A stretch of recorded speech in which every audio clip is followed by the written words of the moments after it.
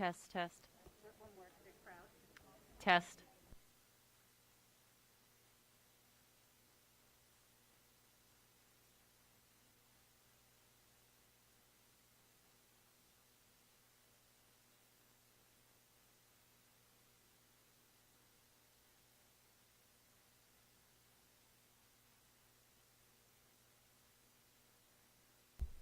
Good evening, all. Pursuant to the New Jersey Open Public Meetings Act, NJSA 10-4-10, adequate notice of this meeting has been provided by advertising such notice in the Home News Tribune, the Asbury Park Press, the Board Office, the schools, and on Cablevision 118 and Verizon Fios Channel 24, and by filing such notice with the Township Clerk. This meeting was scheduled for Tuesday, January 18th, 2022. The board will take formal action on payment of bills and other agenda items. Thank you, Ms. Lent. The Old Bridge Township Board of Education acknowledges that the law of this state establishes that members of the public, including members of the board, have the right to record public board meetings using audio or video recording devices, provided that that act of recording does not interfere with the business of this public board meeting. Therefore, the board makes it known that any such recording is to be considered a private recording of the individual and in no manner represents the official record of this board. The board therefore takes no responsibility for such private recording and completely disavows any future use. Roll call, please. Ms. Burns? Here. Ms. Callie? Here. Mr. Carroll? Here. Mr. Giordano? Mr. Marquetta? Here. Mr. Slade? Here. Mr. Silikowski? Here. Mr. Weber? Ms. Lent? Present. Quorum exists. All rise for the Pledge of Allegiance. Pledge allegiance to the flag of the United States of America and to the republic for which it stands, one nation, under God, indivisible, with liberty and justice for all.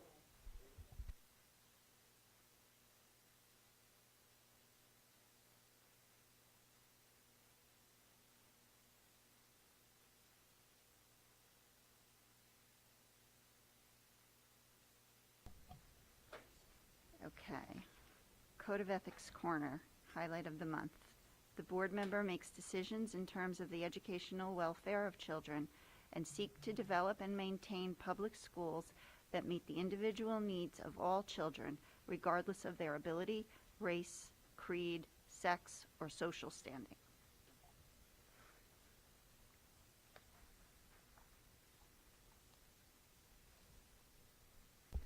Can I have a motion for approval of the minutes?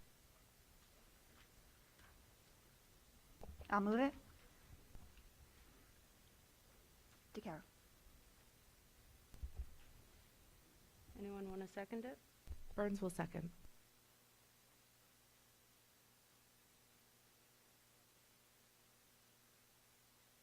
Roll call. Any questions? Discussion?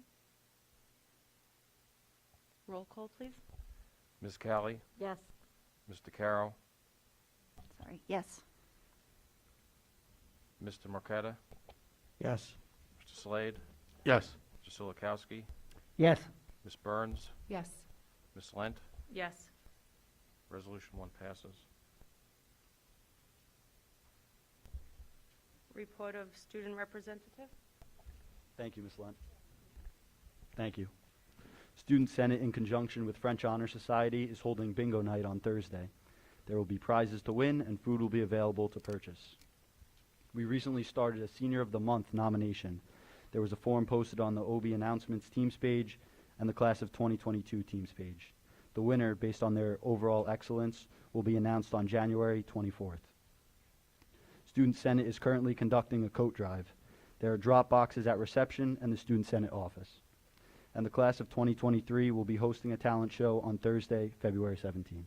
Thank you. Mr. Cittadino.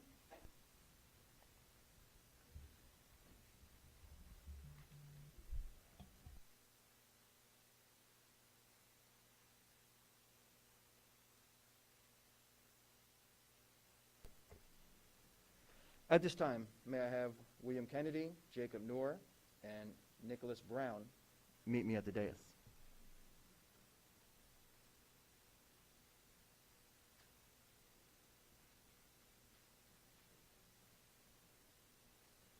How you doing, gentlemen? Good, how are you?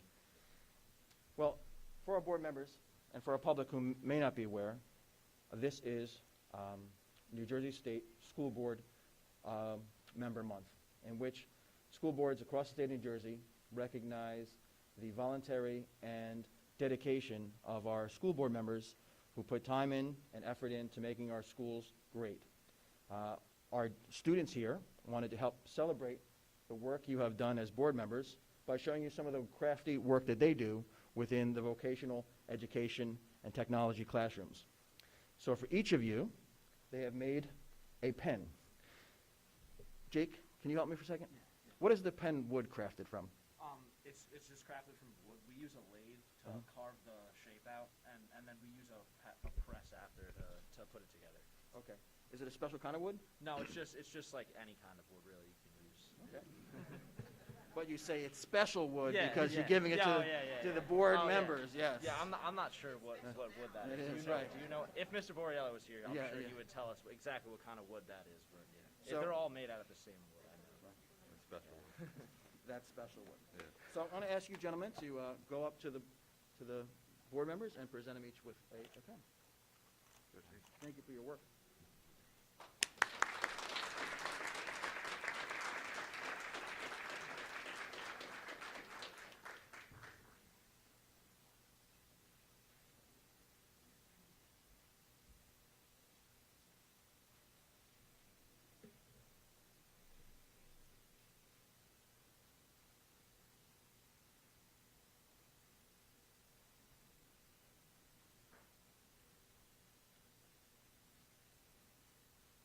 I believe the wood is teak.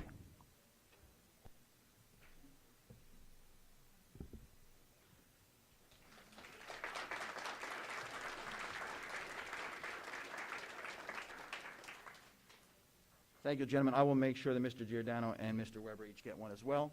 I want to thank you for the work that you're doing in the classroom and spending time with us tonight. I know we'll have a proclamation later on recognizing our board members, but I wanted to connect our student recognition portion of it with the work that our board members are doing. So thank you very much.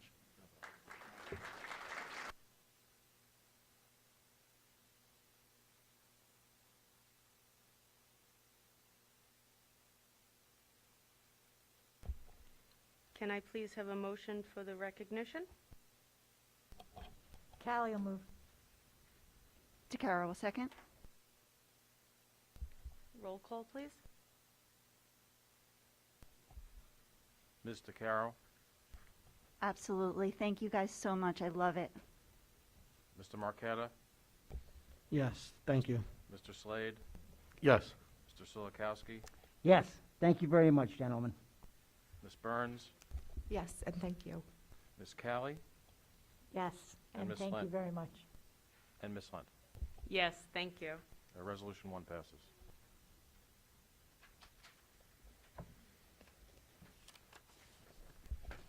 Mr. Cittadino, Superintendent report? So I wanted to take a brief moment to report to the public, to our staff, and to the board how far we've come in this pandemic since the winter break. After the winter break, we were one of 6 districts in the Middlesex County to remain open and uninterrupted. That had to do with a lot of the dedication of our staff, the commitment to belief in the programs that we have in place to keep everyone safe, and our families and our students for coming in and wanting to continue to be part of the learning process. We did so without any interruption to academics and extracurricular activities. We saw that when we returned back from the break, we had 180 staff absent the first day, and 1,214 students absent that same day as well. We've since reduced that by 33%, and today's staff attendance, we had 121 absences, which is very good and on par for a normal day in Old Bridge, and 542 student absences, again, relatively average for a normal day in Old Bridge. Throughout that time, we had 4 updates from the Department of Health and the Department of Education that affected our schools. In 1 month's time, 4 updates came out with new guidelines, recommendations, whatever, what have you. It caused a lot of confusion within our community, as it did across the state. But through that, we were able to return with the information that was provided to our families and our community using the 5-day guidance for staff and for students. And last week we had 216 positive students in the community and 65 staff. As of today, Tuesday, we had 47 positive students of COVID and only 11 staff. We were able to do this because we worked through our meetings with the Department of Health. My team and several superintendents from the county met with the Department of Health last week. We wanted to understand the guidance that they wanted to put in front of us. I know it's a question that's going to come up later on in the public portion, so I'll answer most of those questions now. So what was important to the Department of Health was getting the students back in the classroom. For those school districts across the state that were not operating, that were operating remotely for the past 3 weeks, they wanted to get the students back in the classroom. That was their utmost importance. Secondary to that, they said that when reducing for the students or staff that were positive with COVID, that they made this suggestion or recommendation that days 6 through 10, they would wear a mask. That caused a lot of questions. Our nurse was on the call with us. As far as, several of the administrators across the county said, how do you bring students back and tell them to wear a mask all day when they have to eat, have physical education, everything else? And they said, do the best you can. That's hard to do when you get directives and mandates from the Department of Health that have never run a school. They suggested that we have ways to isolate those students. They eat in separate rooms. Well, anybody in education and parents know you can't violate students' rights that way and say, well, this student had COVID and we're going to put them in a separate room. You don't do that in any other illness. We weren't going to do it with COVID. Then I asked them, I think you think mostly about elementary schools when you put this together. Try that mentality at the high school. Having students that had days 6 through 10 eat in a separate area. It's just not foreseeable. It's arbitrary, and it's not right to do to students. So I asked the question. We're year 2 of this, and we've had Omicron across the world in different regions. What have we learned about the chance of giving the virus to someone else, its ability to be transmitted to someone else on days 6 through 10? They said very low, if anything at all. The highest level of transmission happens the 2 days before you're symptomatic. Those 2 days are the days in which you have the greatest level of transmission. However, when you're identifying students through the 5-day quarantine, you have to go back to the first day they're symptomatic or test positive. We wanted to make sure this sat well with our nurses as well. Dr. Hoker had a meeting with them, with Audrey Baker in there. There was a lot of questions, but we had the support we needed to go forward. And in the end, when it came down to doing the best that we could, but making sure it was important for our students to be in school, we took the same approach we did with their recommendations for travel restrictions. If you remember, the state of New Jersey at one time had mandatory travel restrictions. Then they lifted them, and the Department of Health put in suggested travel restrictions. We never adopted those as a district because they were suggestions. They also put, as we talked about last week, vaccination restrictions for students to participate in extracurricular activities. Again, we did not support that recommendation because it's not what our schools are about. Our students who participate in extracurricular activities are the ones that go above and beyond for our district. And they shouldn't be punished because of something in which their parents do not believe in. So we were committed to having all of our students participate regardless of their vaccination status. And looking at the data that came out of the state of New Jersey today, and you see from every study, the numbers are coming down precipitously every day. And I'm proud to say, because all the work of the people in this room, everyone in this community, I believe we're going to make it to the other side of this wave without ever having an interruption. And I want to thank all of you for doing that.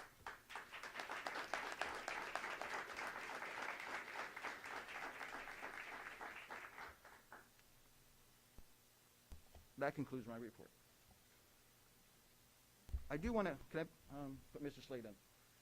You had emailed a question about student contact time with computers. I think that'd be a great report for next month. Is that okay with you? Sure. Okay. And that's what we'll do. When looking at where our students were with computer contact time, pre-pandemic, in a pandemic, and our plans for post-pandemic. Take a look at that, provide some data, and help you understand what the future of education is with the computer contact time. Thank you very much. Thank you, Mr. Cittadino. Mr. Mara, any correspondence? Thank you. Any special committee reports? No? Okay. Moving on to hearing of the residents for any agenda item only.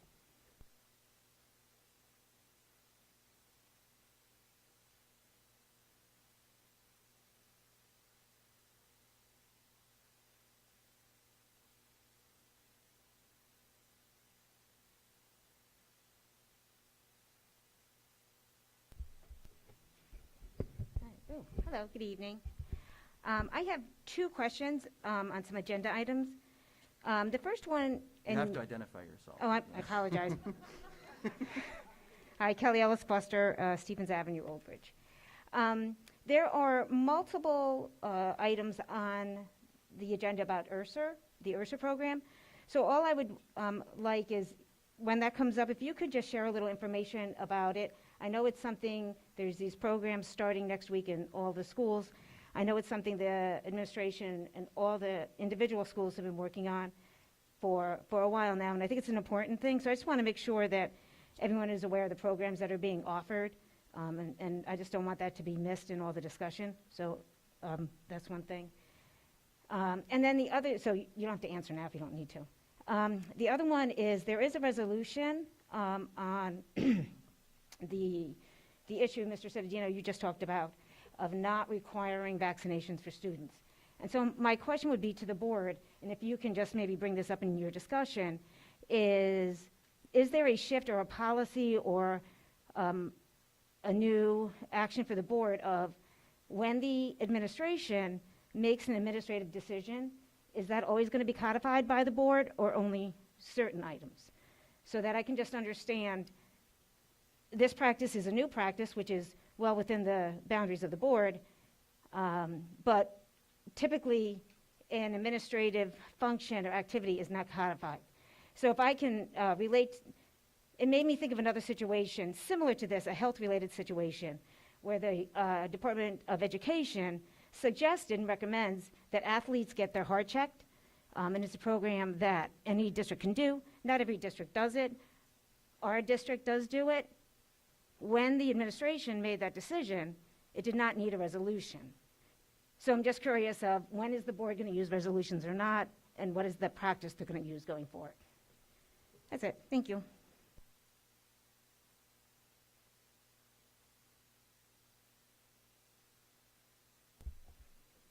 Anyone else? Yeah, Ms. Lunt, I have a number of items that were sent to the board secretary email address that I received today. The first one is from Matthew DeFranco. Quote, on Friday, January 14th, Superintendent Cittadino sent out a notice that the district had revised its COVID quarantine guidelines, which up through this point had been in alignment with the New Jersey Department of Health guidance. The latest version, though, deviates from the New Jersey Department of Health's guidance on the aspect of day 6 through 10, where those returning from having tested positive for COVID wear a mask at all times when indoors and around others. The district guidelines do to account for the mask requirement at all times when indoors and around others. As such, I would ask the administration provide clarity behind their decision now to deviate from the New Jersey DOH guidance as it relates to quarantine when they having up to this point in time been in fair alignment. Additionally, just about 2 weeks ago after winter break, Mr. Cittadino sent out a notice that moving down to the 5-day quarantine period and the requirement of those returning from COVID-positive quarantine wear a mask at all times was not feasible. For transparency, what now in the data supported this deviation and revision to the quarantine guidelines, and what were the thoughts on this revision by the district's nursing staff? Regards, Matthew DeFranco. That was number 1.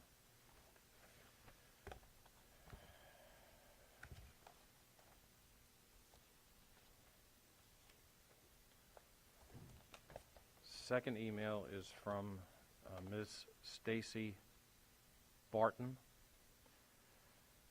Quote, I felt compelled to reach out to the BOE after last week's meeting. I thought it was great to hear some new ideas. However, I, along with much of the community, am getting tired of hearing repeated emphasis on old ones. I think several of you on this stage have forgotten that you took an oath to serve the community. The last survey that went out showed the majority of parents, approximately 60% to 30%, in favor of continuing the same COVID precautions at school, including masking. Survey is attached below. How are you serving all of your community by prioritizing individual beliefs or the voice of a few over the voices of many? Writing a second letter to the governor to argue against a 30-day extension of masks in schools when cases are peaking certainly does not have my vote. Perhaps in 30 days from now it will, but it makes absolutely no sense to do that at this moment in time. In fact, I found it shocking that a first letter was sent at all, when from what I could tell as a community member, the district survey results have remained fairly consistent. I'm getting really tired of hearing people with absolutely no background in medical or mental health bring up issues to divide our community that we have no control over. Instead of fighting a losing battle against masks, what are we going to do about the loss of learning or mental health concerns that you have? What about the learning gaps, where some children are very ahead of their peers and some very far behind? There are so many issues our children are facing. We need to be problem solvers, not problem creators. No one here has lived through anything like this, and certainly we all hope we never will again. But causing divisiveness, and arguably more importantly, falsely representing the majority of the community is not why you were elected. You were not chosen to the board for your stance on masks, so do not assume that all your voters agree with you on everything you believe. It would be beneficial for all of you to put your personal opinions and political viewpoints aside and focus on what your community wants. Let's perhaps focus on how we can keep our schools open safely. This will not happen by removing masks in the height of a new wave of COVID cases in the middle of the cold flu season when we have been masked for so long. This is basic health and science. I was very disappointed in my elected Board of Ed representatives when I watched the last meeting. You took an oath to serve and have an ethical responsibility to all that you serve. This past meeting with the majority looking to pursue an action item that the majority of the community does not agree with is extremely unethical and misrepresentative of the community. I hope you consider the majority of the community when you cast your vote on any and all issues facing our children and teachers. There is absolutely no room for your political or personal beliefs on the Board of Education. I am hopeful that moving forward we can all come together and focus on the things we have the power to change for the betterment of our children's and teachers and community as a whole. Thanks for your attention to my concerns, Ms. Stacy Barton. Unquote.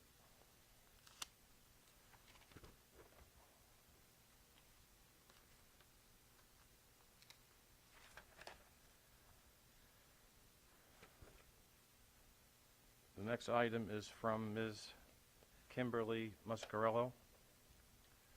Quote, I will try and keep this short and sweet. As many of you know, if I was there in person, my emotions would probably take over, so I am putting in writing what I have wanted to say. Welcome to the new board members, and welcome back, Mrs. Lent. Many of you already know me. My name is Kimberly Muscarello, and I am not only a product of the Old Bridge School District, but also a parent and a teacher in the district. I'm very concerned about the nature in which the masks are being discussed. There truly should be no discussion. In order to have the most protection and keep our schools open, which I believe is what we all want, we need to all be masked, not optional. By me wearing my mask, I am protecting you, and by you wearing yours, you are protecting me. By some discussing equal rights, by creating the option, then you are taking away the protection and others' rights. Trust me when I say no one is enjoying wearing them. I do not enjoy it, but is what must be done for now. I plead with you to stop wasting time at board meetings discussing mandates that are in place for a purpose and move on to bigger and more important things. On another note, with regards to the mandate that state students may remove masks when engaging in aerobic activities or due to extreme heat, I am the music teacher at Carl Sandburg Middle School, currently trying to finally put a musical back in person on stage, and I need to be able to have my students be able to do face-to-face on the mats. Then my students should be able to do sing and dance on stage without the masks, at least for performances, as it is extremely aerobic and under hot lights. This will only happen if everyone follows the mandates in place and wears the masks at all times to cut down on quarantines, hence cutting down on the possibility of the show getting shut down. Getting shut down again will only negatively impact the children emotionally, and as the board has stated, that is what you are trying to prevent. I plead with you, if you are truly representing the taxpayers and students and parents, then the way to keep all extracurricular and sports in place, you know the SEL that is truly important for our students, then keep us safe. Yes, you have a choice whether to vaccinate or not, but masking in public schools should not be a choice right now. I appreciate your time this evening, and I hope we can move on to bigger and better things. Stay safe and healthy. Kimberly Muscarello, unquote.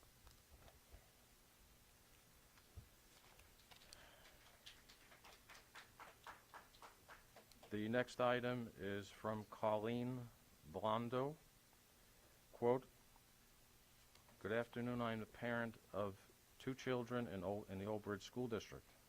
My children were recently quarantined and suffered greatly by missing in-school education. I urge you to please consider following suit with Middletown and stop quarantining healthy children regardless of vaccination status. This is clear discrimination. It is your duty to provide an education to all children. It is your duty to protect all children. We have now heard time and time again all people vaccinated, unvaccinated, boosted can spread the virus. Per the CDC Director Rochelle Walensky, quote, our vaccines are working exceptionally well, but what they can't do anymore is prevent transmission, unquote, January 10th, 2022. Also, I ask that you do not follow Governor Murphy's abuse of power and allow parents to make decisions for their children regarding wearing masks. More and more studies are proving the ineffectiveness of masks, especially cloth masks. Our children have suffered enough. Our children will never have this time back. The use and sacrificing of our children for political gain or empowerment is disturbing and needs to stop. Colleen Blondeau, unquote.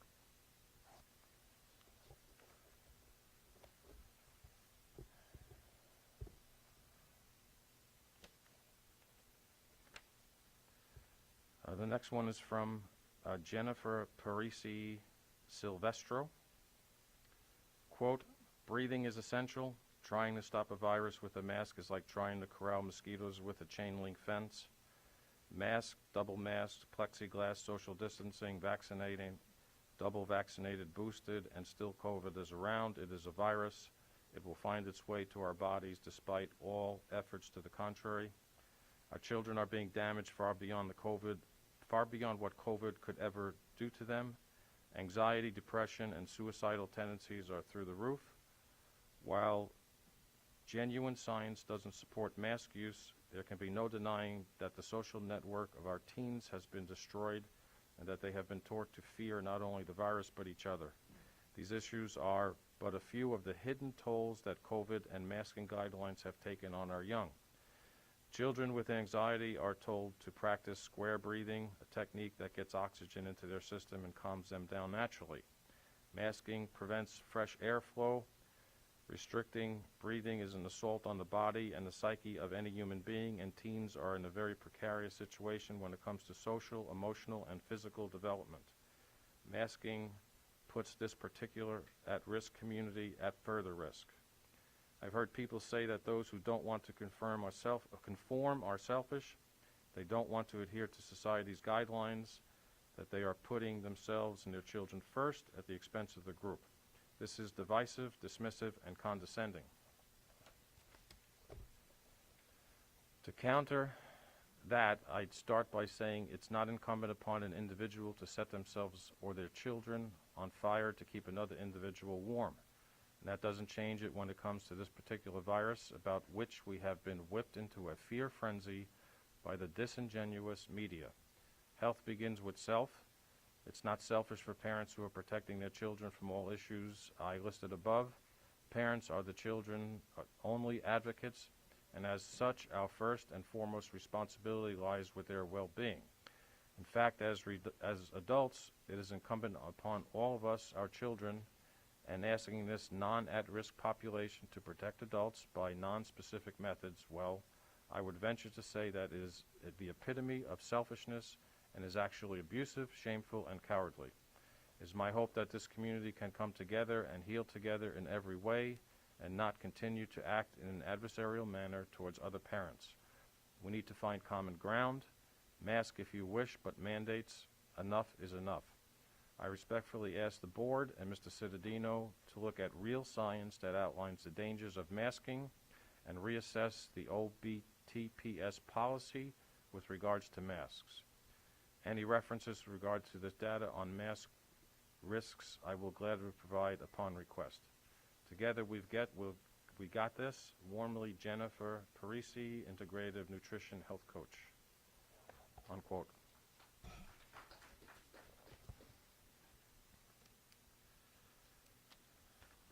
The next one is from Catherine Taborda, Taborda.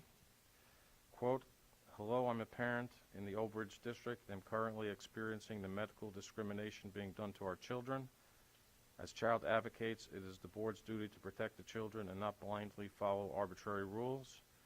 I implore you to add to the agenda the policies taken by the Middletown BOE, specifically to stop quarantining healthy children regardless of COVID vaccination status. It is clear medical discrimination. As stated by CDC Director Rochelle Walensky, quote, our vaccines are working exceptionally well, but what they can't do anymore is prevent transmission, unquote, January 10, 2022. Pfizer CEO, quote, 2 doses of the vaccine offers very limited protection. If any, 3 doses with a booster offer reasonable protection against hospitalization and deaths.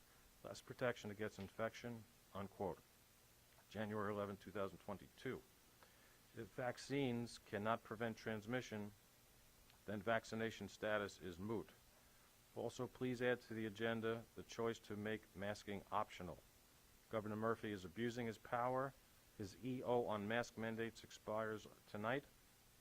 His overreach is criminal. Stop him by allowing the parents to choose what is best for their children. Masks have been proven ineffective, especially with Omicron.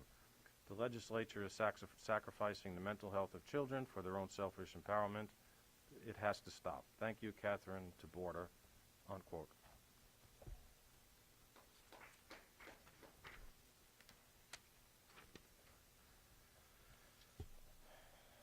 The next one is from Gina Laffery.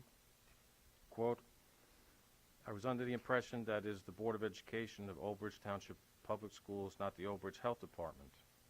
However, it seems you have gone beyond the Department of Health recommendation and mandated the placement of a medical device on our children. As stated by the FDA, the use of masks have not been proven for antiviral protection. As a matter of fact, it says on the box it does not prevent the spread of disease or infection. By placing this on our children, you're applying what is considered a medical device. If you're going to act in this capacity, you're required to obtain informed consent. According to the FDA, informed consent means that you need to provide the understanding and nature of the procedure or device, understand the risk and benefits, offered reasonable alternatives, and understand the risk and benefits of these other alternatives. It also states that consent cannot be obtained under coercion, meaning no undue influence, punishment, or reward. I've never seen any papers for parents to sign explaining the risks, benefits, or side effects for wearing a mask for 7 to 8 hours a day. I did not see an offer of another option, nor did I see anything asking for my permission for you to apply a medical device. Not only that, but I am pretty sure that saying a child will not be able to attend in-person school and receive a free, appropriate in-person education is a form of coercion. So basically, you haven't met the criteria. You haven't met the criteria for a free, appropriate in-person education to form coercion. So basically, you haven't met the criteria for informed consent at all. Excuse me.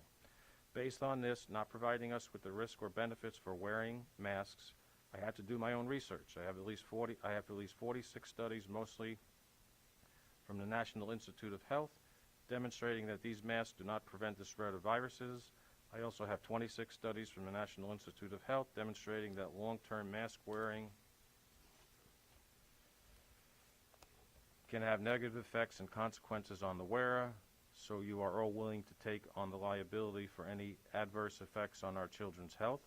These studies demonstrate breathing difficulties that are created and exacerbated by masking children. The CD only recommends masks, not mandates. The CDC is not a governing entity. If you don't drop it, we the people have a recourse to file claims against your surety bonds. With enough claims, you'll be uninsurable and eventually unemployable. The federal government has limited powers and has no governing power in the state issues in schools. Universal Citation Statute 9:6-1 is abuse, abandonment, cruelty, and neglect of child, which states using excessive physical restraints on the child under circumstances which do not indicate that the child's behavior is harmful to himself, others, or property, and willfully isolating the child from ordinary social contact under circumstances which indicate emotional or social deprivation. Cruelty to a child shall consist in any of the following, such as inflicting upon a child unnecessary suffering or pain, either mental or physical, and fatigue or other mental or physical strains that may tend to injure the health or physical or moral well-being of such child. I do believe that OBPS Code of Ethics, in accordance with NJSA 18A:12-24.1, every board member will abide by the following.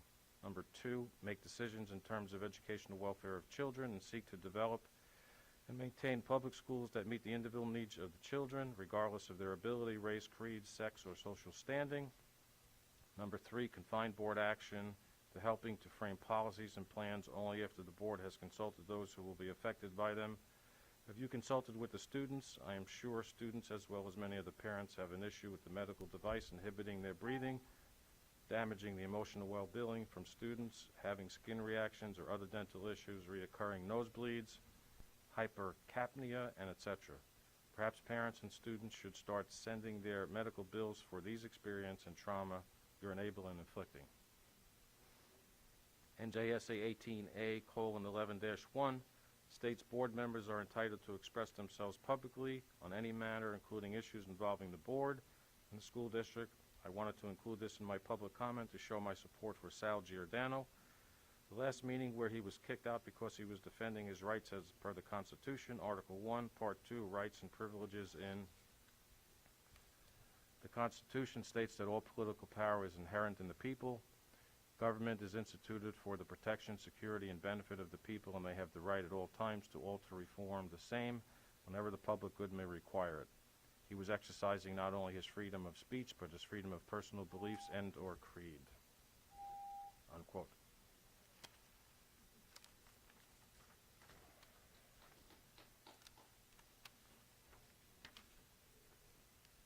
Okay, the next one is from Shelley DeLuca.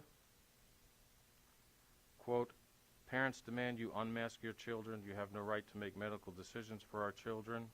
If parents or staff are still fooled into thinking masks work, they have the option to wear them. They have the option to get vaccinated. If masks work, then they should feel protected. Studies now show that masks are not only ineffective in stopping the spread of COVID, but are harmful for children physically, mentally, and socially. The University of Florida conducted a study. After normal wear of school-aged children for one day, they found 11 dangerous pathogens. We have masked our kids for almost 2 years. Masks have not been used for normal colds, winter flus, bronchitis, pneumonia, strep throat, and all other illnesses we face every year. This is no different. How does it make sense that the least affected age group are the only ones with a mask mandate and only within their school walls? Yet after school hours, children are playing sports, going to large venues, sports events, trampoline parks, birthday parties, malls, restaurants, stores, etc., etc. All unmasked adults can go to stadiums, concert, bars, church, large stores, work, meeting, conferences, everyday normal life with no mask. Yet school boards continue to abuse our children. If you are not advocating for children and parental choice, then you are advocating against the best interests of our children and not doing your job. You are making up ridiculous protocols as you go. Stop medical discrimination against the vaccinated versus the unvaccinated. They both get COVID and spread COVID. Stop different rules that you use as punishment against children who as a parent that has done their own research, follow the real science, and know for their children the risk of vaccine injuries do not outweigh the benefit. The inventor of the PCR test has stated it is not meant to be used as a diagnosis. Dr. Malone, the inventor of the mRNA, has warned against the danger of having mRNA in a vaccine that is especially dangerous for children. The CDC only recommends 5-day quarantine. You are not a medical expert. Medical decisions belong to parents, not schools. Unmask our children. Parents have enough. We are not going away or backing down. We are no longer willing to allow our school to use our kids as political pawns or allowing you to sell them out for ESSER funds. We will take back our schools, even if that means filing lawsuits, recalling, or voting you out. The line in the sand has been drawn. Unquote. That's it. Thank you, Ms. Tamara.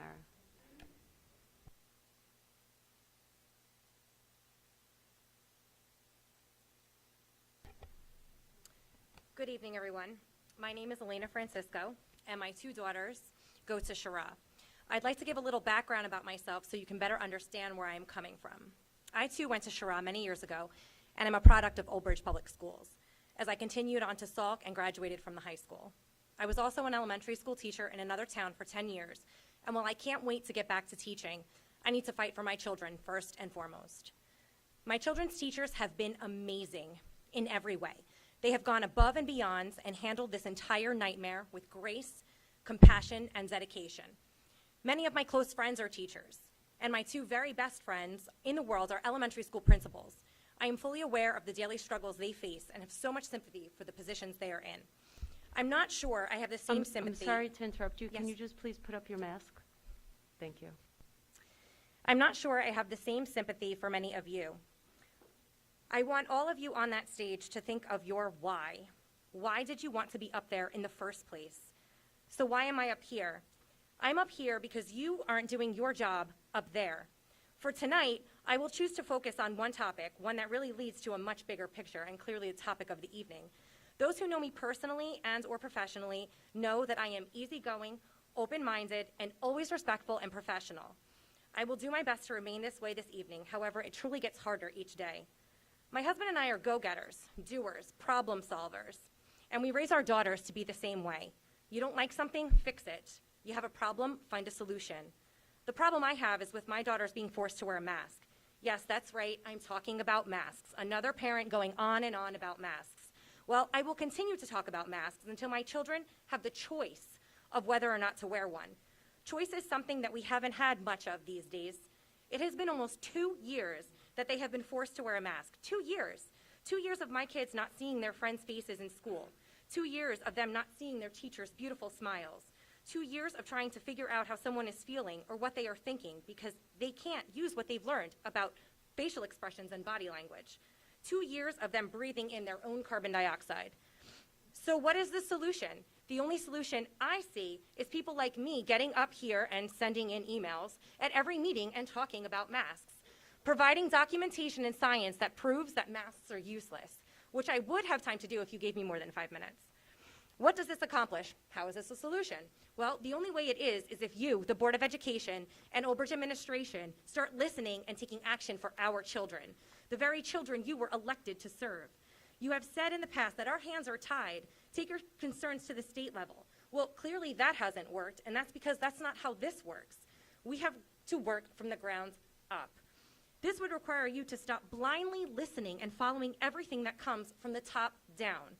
The analogy that someone used at last week's meeting about the frog jumping out of a pot of boiling water to save its life versus dying in a pot of warm water that was gradually heated.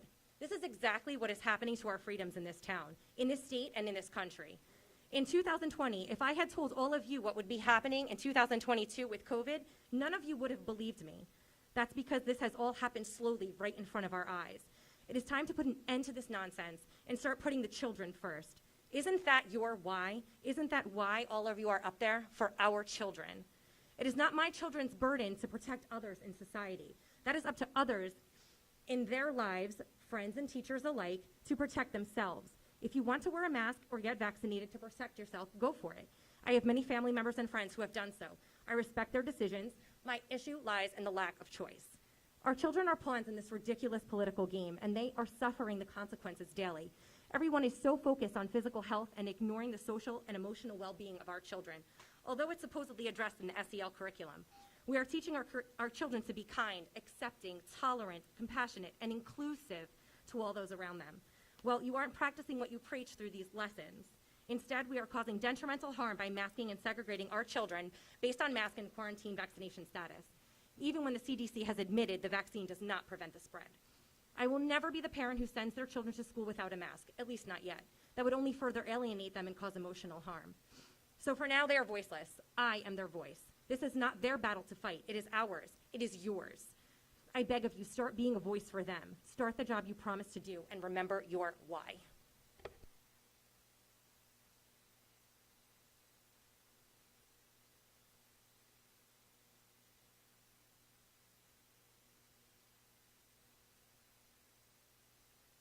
Sorry about that. Good evening, everyone. My name is Krista Fisher. I'm an Old Bridge resident. Welcome to the new board members, and I just wanted to say thank you to the Board of Education for keeping our children safe. I wanted to inquire what the process is when elected school board members don't oblige to the code of ethics that they swear to follow, and when they blatantly don't follow the law.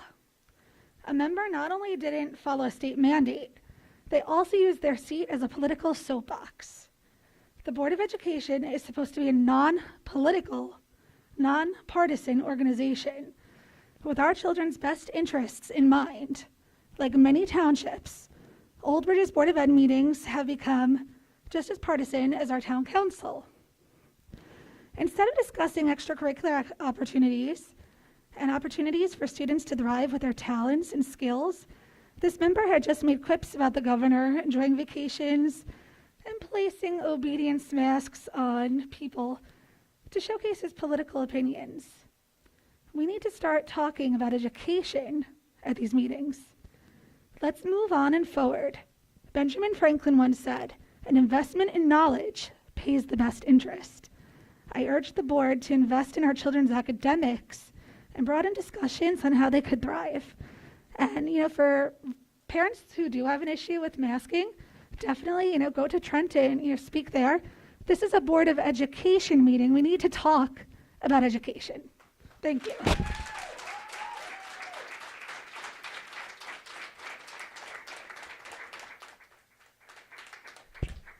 Mrs. Lent, I hate it to interrupt, but this is the agenda session, correct? Correct.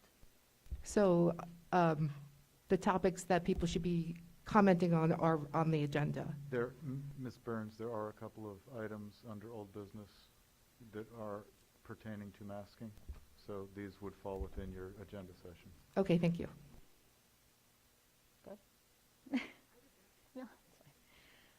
Hi, everyone. For those of you who don't know me, my name is Francine Maraglia. I'm a 23-year resident of Old Bridge. My children are almost 19, 17, and 10 years old. I am also the PTSA president here at Old Bridge High School, as well as co-coordinator of Old Bridge PTA's President's Council. Most recently, an Old Bridge District employee. I want to say, after digesting last week's meeting, I could not sit back and watch again. In September of 2008, I put my oldest son on a bus off to half-day kindergarten at Memorial School. I had no idea what to expect. I quickly got involved with the PTA so I could help volunteer. I came to admire and respect the teachers, staff, and administration. Not always perfect, but no one is. As the years went by, and Mr. Cittadino became superintendent, I believe in 2013, so many of those imperfections started to change. Things were getting so much better in our district. Our children were learning and thriving. The curriculum was and is not easy. The children were always challenged, but that's okay. They needed it. The Board of Ed and the admin were working well together to make sure our students had the best. Yes, there were bumps in the road through the years. Budget cuts, Cheesequake School, and now a pandemic. Through all of these bumps, what has remained a constant is the staff and admin in Old Bridge. For example, at the high school, there is extra help now for the students after school, which is working its way down through all the schools, as well as the academic mentorship program and mentorship for students who are struggling mentally and emotionally. Dr. Sasso and his team of principals are doing an amazing job of understanding and recognizing what our kids need and making sure they get it. There is no question that we are all sick of what's going on. No one likes a mask or remote learning, but unfortunately, the time that's being spent during these meetings arguing about an irrelevant letter is absurd. Please go fight the mask mandate in Trenton or Washington, D.C., not here, not where our children need to learn. Do you remember learning? How about the bus situation? Put your efforts there as well. I'm curious to know if the new Board of Ed members have attended Board of Ed meetings prior to COVID or PTA meetings. Or is it just now that you feel your freedoms are being taken away, that you feel it's time to do something? I respect your opinions, honestly I do, and I was asked to give you a chance. But once you start talking about power, who has this power? Who has that power? You lost me. Please get back to educating our children. And by doing that, we need to get Board of Ed members the proper training necessary to do the job you were elected to do. New Jersey PTA requires training for all board members. It would seem fitting that the Board of Ed members would have to do the same in some fashion. Just also to be clear, when certain Board of Ed members sit here and say they are the voice for parents, let it be known, you don't speak for me. It is clear you don't like the current administration. Well, shame on you, because prior to COVID, no one knew your names.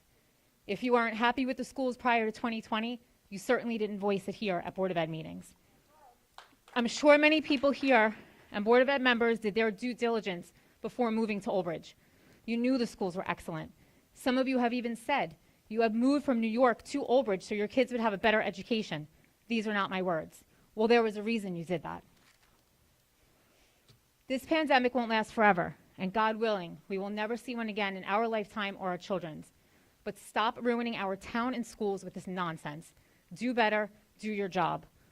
Little by little, you are going to try and tear down all of the hard work the previous Board of Ed, Mr. Cittadino, and his staff has done. And then we will be left with what? What's your plan? As far as Mr. Giordano goes, I was going to address it, but I quickly realized he isn't worth the words.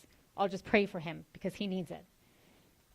I can't fathom what is going on here anymore, why things are so out of control. This is a Board of Education, not a boxing ring. Our children are watching. Be the pillars of character that are taught in Old Bridge. If you can't, or sadly, if you don't even know them, please get off the stage. Thank you to those of you who continue to protect our children and staff every day.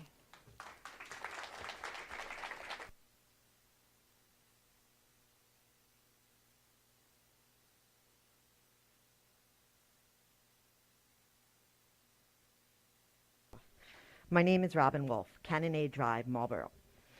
I felt it was important to come and voice some thoughts.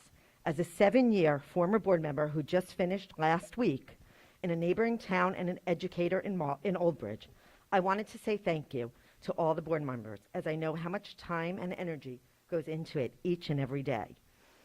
It truly is a thankless job, so thank you. I wanted to say thank you to Mr. Cittadino and Dr. Hoker on the most challenging times in education. You continue to do what is best for our community. I grew up in Old Bridge. I too went to Shira. I went to Sauk, and I graduated from Madison Central. And I have been teaching here for many years. I am so disappointed in this town. I have always loved. After watching the meeting last week and the behavior of a particular board member, I am embarrassed for this town. I have a hard time with someone who is elected to be a role model for our children, blatantly sitting at the board meeting without a mask. This board member may not agree with the mandate, but is there for a reason. If my own children behaved like this, they would certainly have consequences. I believe that we have to follow any executive orders that are put in front of us. I don't think that anyone loves wearing a mask, but we do it. I don't think anyone loves wearing a seatbelt, but we do it. Our students wear seatbelts on the bus. I am sure that they don't love it. I don't think anyone loves taking off their shoes when they go through security lines at the airport, but we do it. We are asked to wear masks to keep others as well as ourselves safe. I hope that the other members of the Board of Ed continue to be respectful to one another and continue to respect our current situation. Stay safe and healthy. Thank you.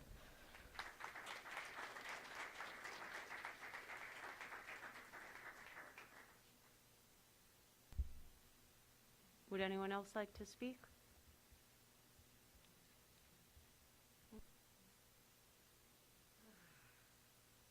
So much don't want to speak tonight, but again, I'm also kind of shocked about this board member running out of the meeting, and I want to talk about that tonight. I'm sorry, can you just state your Nina name and address? Joknowitz. Thank you. Anybody who's upset about the mask, go to Trenton. Come on, stop it. It's not going to be done here. We don't legislate. By the way, the Board of Ed member who ran out of the meeting last week, you may not have noticed that there were 2 council seats that were empty last week. By the way, every one of you who are wearing your masks correctly, thank you. By the way, the 2 council members who were not in the meeting last week, both of them had COVID. Both of them sit next to each other. Anita, I'm sure you know this by now, right? Anyway, if you want to do something about the masks and you're so upset, go to Trenton. If you want to be angry about it, go to Sam Thompson's office, but not here. Anyway, thank you guys very much. Be good. Can you pull it up over your nose, please?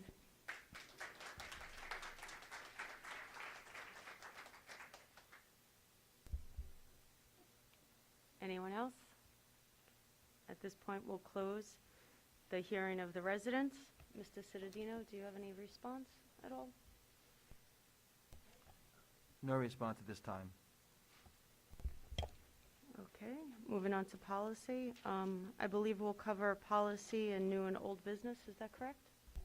Yes, there's something under old business to Well, you know discuss. what, you reminded me, it was so long, there was so many, there was some. Dr. Tui, there was a question about ESSER programs. Just, can you give information as we're talking about educational programs and what parents can expect with the ESSER programs and when they plan to begin, what we have at the high school, and as it trickles down to the elementary and middle schools? Sure. This is the second year the ESSER program is offered in Old Bridge Township Public Schools. For this year, the program will begin in January of 2022 and run until May 18th, 2022, approximately 15 weeks. The ESSER program will run in all 11 elementary schools, both middle schools. The elementary schools will be before school, and the 2 middle schools will be after. The high school will be running an after-school study skills program for the ESSER program, which will be done in coordination with Mrs. Fazio and Mrs. Updike. Transportation will be provided for the middle schools, as well as nursing services. For the first round of invites, approximately 1,500 Old Bridge Township Public School students were invited. The second wave is going out this week, and program availability will be based on the staffing that will be allotted in each of the respective buildings. And the program will be reviewed constantly over the course of the next few weeks to determine its viability that it's meeting the students' needs. Thank you. just, when you said the second year, I know some districts use the ESSER funds just for the summer programs.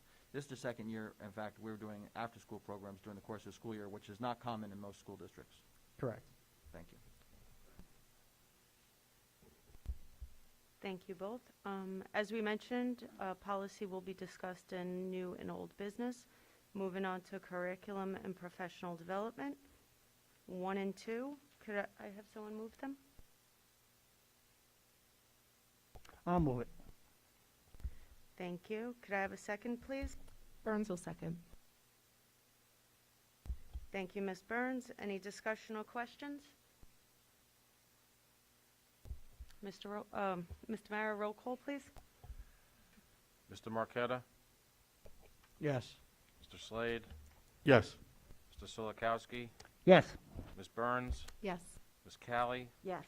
Mr. Carroll? Yes. And Ms. Lent? Yes. Resolutions 1 and 2 pass. Moving on to athletics, item 1. Could I have a motion to move it, please? DeCarroll will move. Thank you, Mr. Caro. Second, please. Marqueta will second. Thank you, Mr. Marqueta. Any discussion or questions? Roll call, please. Mr. Marqueta? Yes. Mr. Slade? Yes. Mr. Solikowski? Yes. Ms. Burns? Yes. Ms. Callie? Yes. Mr. Carroll? Yes. Ms. Lent? Yes. Resolution 1 passes. Okay, moving on to finance, items 1 through 8. Could I have a motion to move it? Marqueta will move it. Thank you, Mr. Marqueta. Second, please. Burns will second. Any questions or discussion?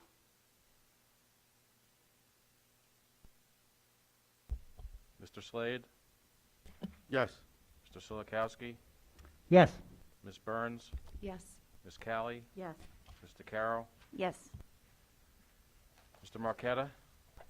Yes. Ms. Lent? Yes. Resolutions 1 through 8 pass. Moving on to non-certificated personnel, items 1 and 2. Could I have a motion, please? DeCarroll will move. Thank you, Mr. Caro. Could I have a second, please? Marqueta will second. Thank you, Mr. Marqueta. Any discussion or questions? Yes, separating number 1 for discussion, please.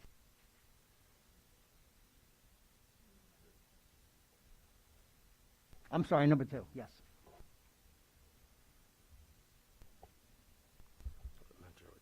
Okay, go ahead, Mr. Silikowski.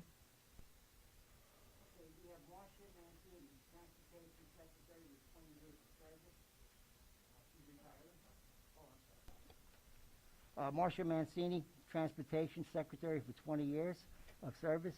She's retiring. Thank you for your service. And on page 10, I believe,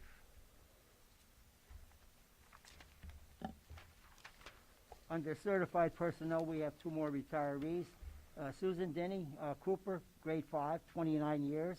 Kathleen Collin Sodano McDivitt, special ed, 31 years. The board would like to thank all of you for your service. We have a total of, I believe, 80 years.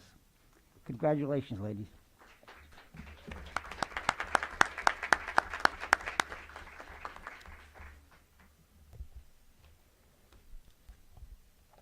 Mr. Solikowski?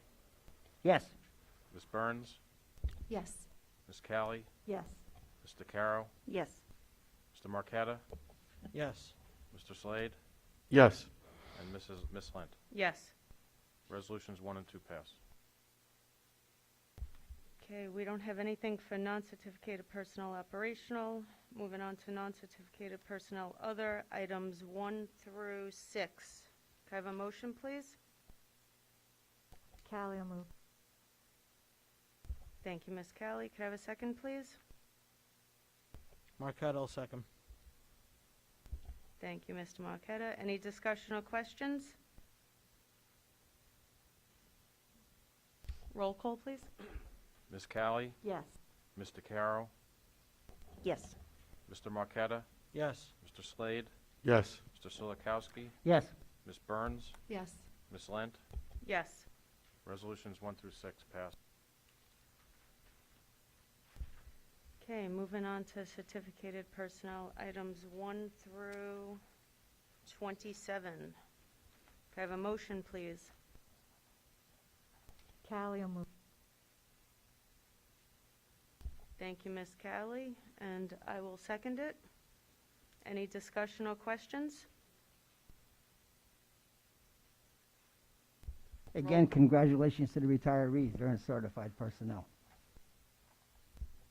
Absolutely. Roll call, please. Mr. Carroll, Yes. Mr. Marqueta, Yes. Mr. Slade, Yes. Mr. Silikowski, Yes. Ms. Burns, Yes. Ms. Callie, Yes. and Ms. Lent. Yes. Resolutions 1 through 27. Moving on to non-certificated personnel transportation, 1 and 2. Could I have a motion, please? DeCarroll will move. Thank you, Mr. Carroll. Could I have a second, please? Slade will second. Thank you, Mr. Slade. Any questions or discussion? Roll call, please. Mr. Marqueta, Yes. Mr. Slade, Yes. Mr. Silikowski, Yes. Ms. Burns, Yes. Ms. Callie, Yes. Mr. Carroll, Yes. Ms. Lent. Yes. Resolutions 1 and 2 pass. Moving on to transportation, items 1 and 2. Could I have a motion, please? Marqueta will move. Thank you, Mr. Marqueta. Could I have a second? Slade will second. Thank you, Mr. Slade. Any discussion or questions? Roll call, please. Mr. Marqueta, Yes. Mr. Slade, Yes. Mr. Silikowski, Yes. Ms. Burns, Yes. Ms. Callie, Yes. Mr. Carroll, Yes. Ms. Lent. Yes. Resolutions 1 and 2 pass. Moving on to supplies, equipment, and services, items 1 through 3. Could I have a motion, please? Burns will make the motion. Thank you, Ms. Burns. Could I have a second? DeCarroll, second. Thank you, Mr. Caro. Any questions or discussion?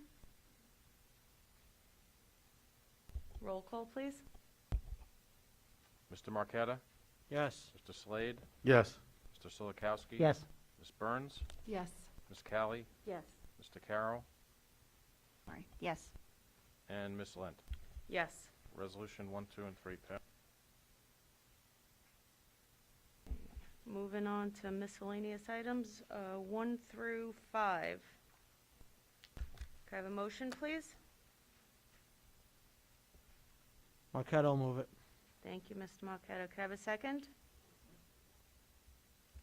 Slade second.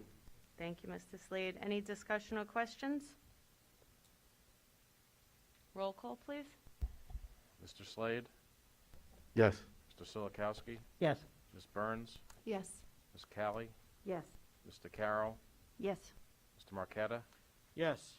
Ms. Lent. Yes. Resolutions 1 through 5 pass.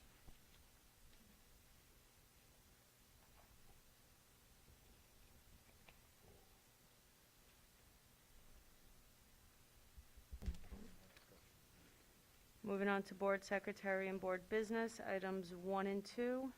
Could I have a motion, please? Callie will move. Thank you, Ms. Kelly. Could I have a second? Marqueta will second. Thank you, Mr. Marqueta. Any discussion or questions? I would like to, can I separate out number 2 for discussion? Absolutely.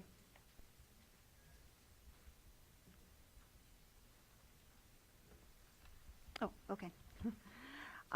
So I've been giving this a lot of thought, and I just want to clarify that we have this resolution here that we are already not discriminating. We are not forcing any student to get vaccinated. So I still don't see why this was necessary to be on the agenda for today, because as Mr. Cittadino explained to us last week, as we as board members already know, we are not putting restrictions on students that don't have a vaccination status. I mean, that's already being done. So I don't know that I agree with this being on here, because I feel like when we do that, we are putting our hands in the cookie jar, so to speak, and we are getting involved in the day-to-day operations. Unless somebody can, give me another reason why we want to have a policy on here that is about something that we're not doing anyway. Do you understand?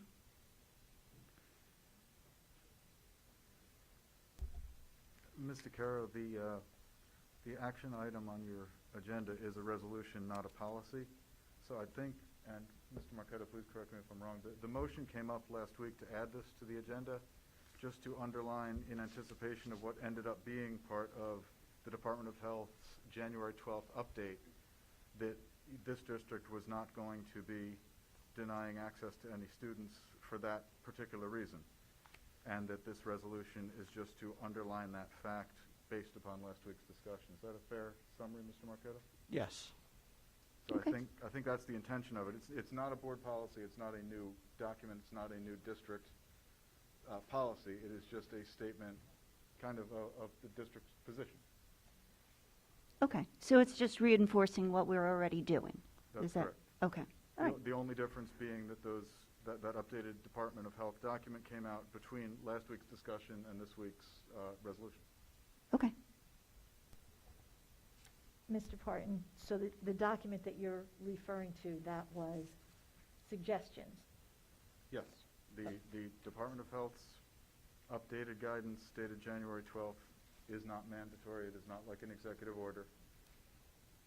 Okay, so, and hopefully we're all going in the right direction, but should the topic of this resolution become the subject of an executive order, then it would have the force of state law, and like all other state laws, your district would be obligated to follow it. At this point, this is not that. okay. So Mrs. DeCaro said this, we're just basically doing a resolution stating that we're doing what we're already doing. Okay, all right, thank you. Any other discussion or questions? Roll call, please. Mr. Silikowski? Yes. Ms. Burns? Yes. Ms. Callie? Yes. Mr. Carroll? Yes. Mr. Marqueta? Yes. Mr. Slade? Yes. And Ms. Lent. Yes. Resolutions 1 and 2 pass. Okay, moving on to hearing of the residents on any school district issue.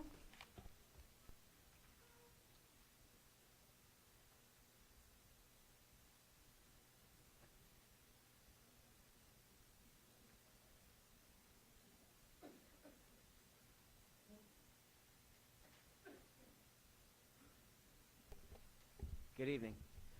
My name is Dominic Sorrentino. I'm a resident here. I am a parent of multiple kids going to the schools. Mr. Marqueta brought up a point last week about the food service being provided at the schools.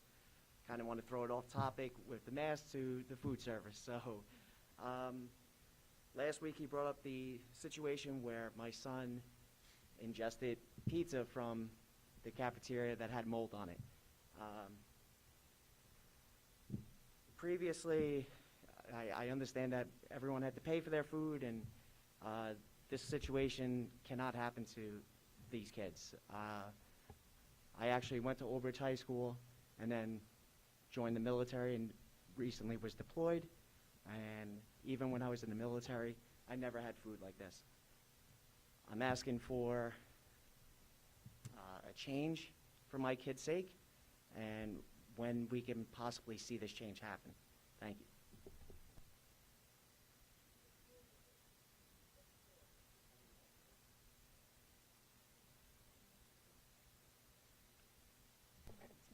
Hi, Kelly Ellis Blaster, Oak Ridge.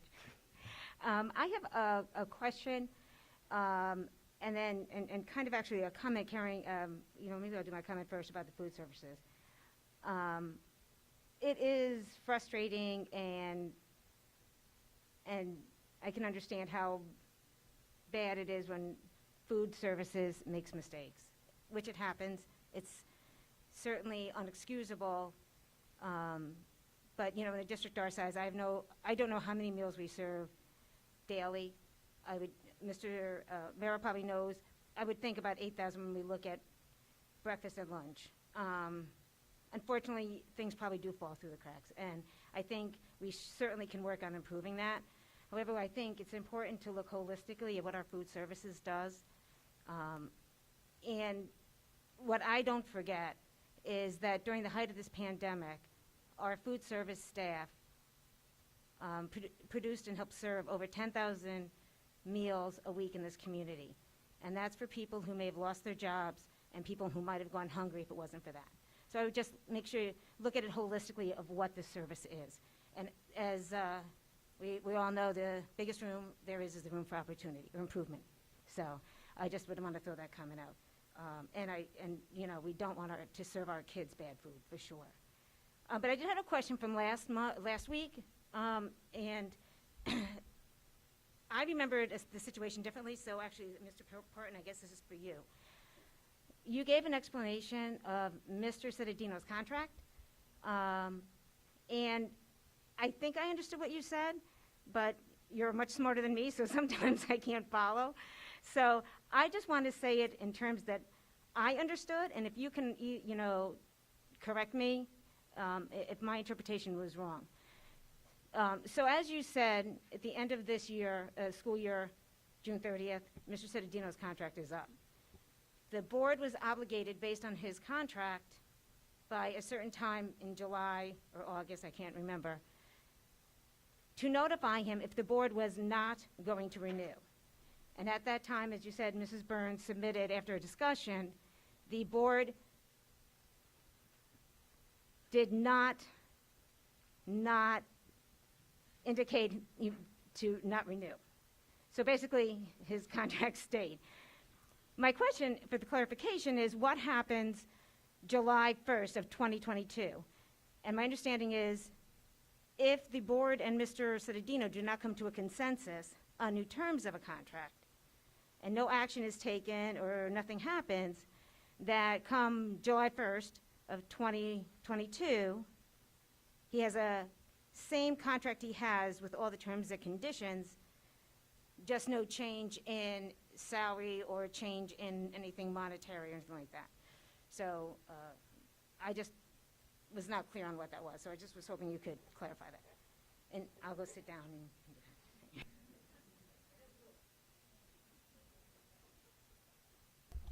Ms. Lent, do you want me to answer that now? Sure. Yes, Ms. Sells-Foster, the reason that your question sounded awkward is because you were accurately quoting the law, which is awkward. There were two actions before, and there was one action before the board, and there is another action before the board. By state law and by the terms of Mr. Cittadino's contract, by August 31st, 2021, the board had to advise him if they were not going to renew his contract. They did not do so. Instead, Ms. Burns, as the senior ranking non-conflicted board member at that time, notified Mr. Cittadino after discussion that the board was not going to end their relationship with him at that time. So now, by June 30th, 2022, the board and Mr. Cittadino may negotiate a new contract by law with a duration of between 3 and 5 years. Again, that's a statute. If the parties are unable or unwilling to reach agreement for new terms of a new contract, again, by statute, the old contract, the current contract, remains in place for another same term, meaning another 5 years with no changes whatsoever except for the dates. So the board, Mr. Weber will be appointing personnel and negotiations committee members. I'm sure in due course they will be discussing with Mr. Cittadino where he stands and where the board stands. Those will be private discussions, which will result in a public resolution, and it will come up on an agenda at some point, one way or the other. But yes, that is what happens under the various different scenarios that can happen with the superintendent. Does that answer your question?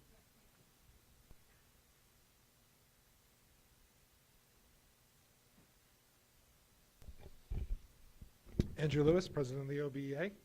I regrettably will also be addressing the ongoing discussion that we've been having tonight regarding masks. I want to begin by addressing comments that were made during the reorganization meeting on January 6th.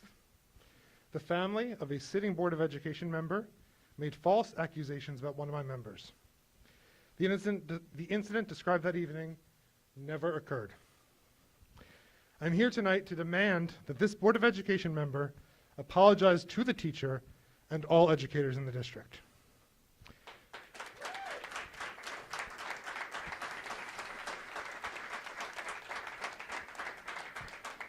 I will not allow my members to be used as pawns in your political theater. Making false accusations at a public meeting about an educator is a detriment to their personal and professional lives. The teacher who was falsely targeted was stressed, anxious, and disturbed by these comments.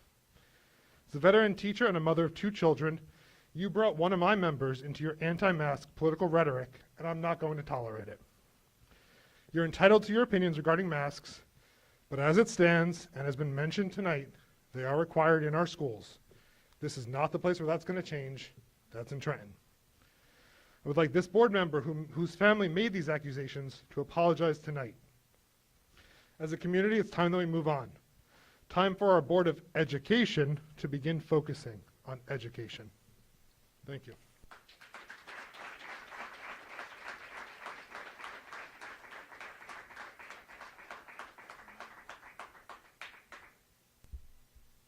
Is there anyone else that would like to speak? Mr. Mara?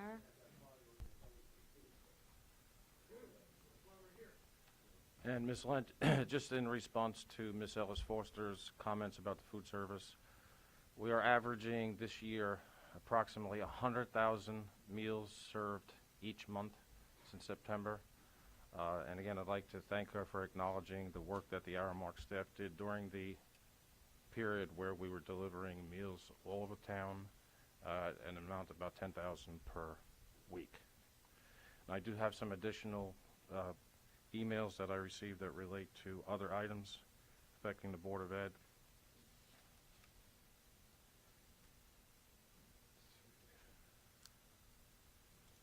First one is from Kenny McGee.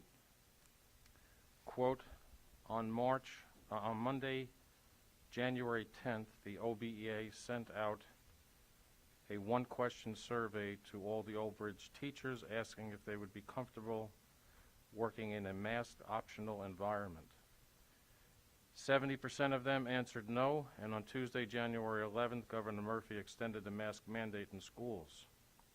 What this shows is that the teachers of Old Bridge don't care about our kids. The definition of comfortable is providing physical ease and comfort. Since when is doing your job supposed to be easy and relaxing?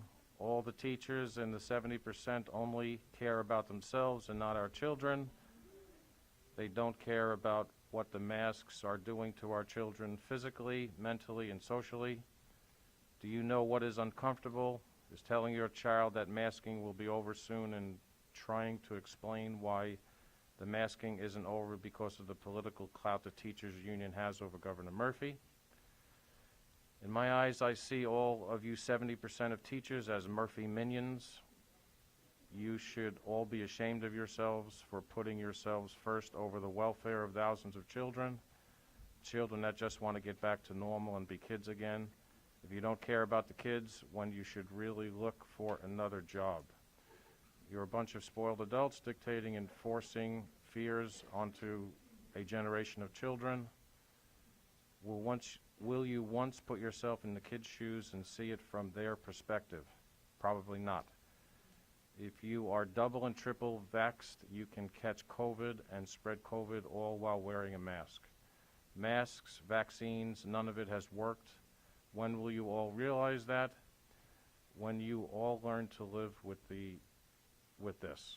When will you start to be an example and stand up for these kids? When will you stop living in fear and start teaching those beautiful smiling faces that you have forced to wear masks for 2 years now? When will you step up and do your jobs and stop worrying if you will be comfortable? Enough is enough. Take a long, hard look at yourself and why you wanted to be a teacher. Was it to teach children and be an example in their lives, someone they will never forget, or are you the one they will never want to see again because you forced them to wear a mask? The one that only took the job for the summers off, a good salary, and benefits. If you are the latter, then go find another district to work in because you are not welcome in Old Bridge. Kenny McGee, unquote.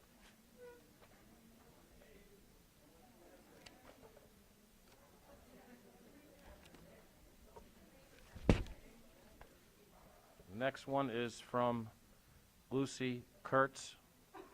Quote, let me begin by saying I was disheartened after attending the last Board of Education meeting and the action of several members of the board.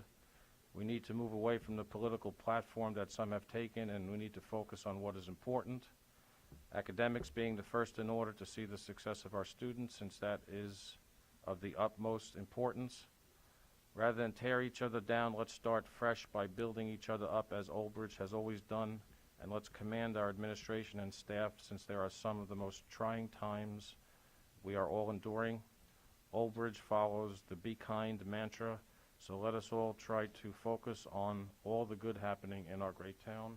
Thank you, Lucy Kurtz, unquote.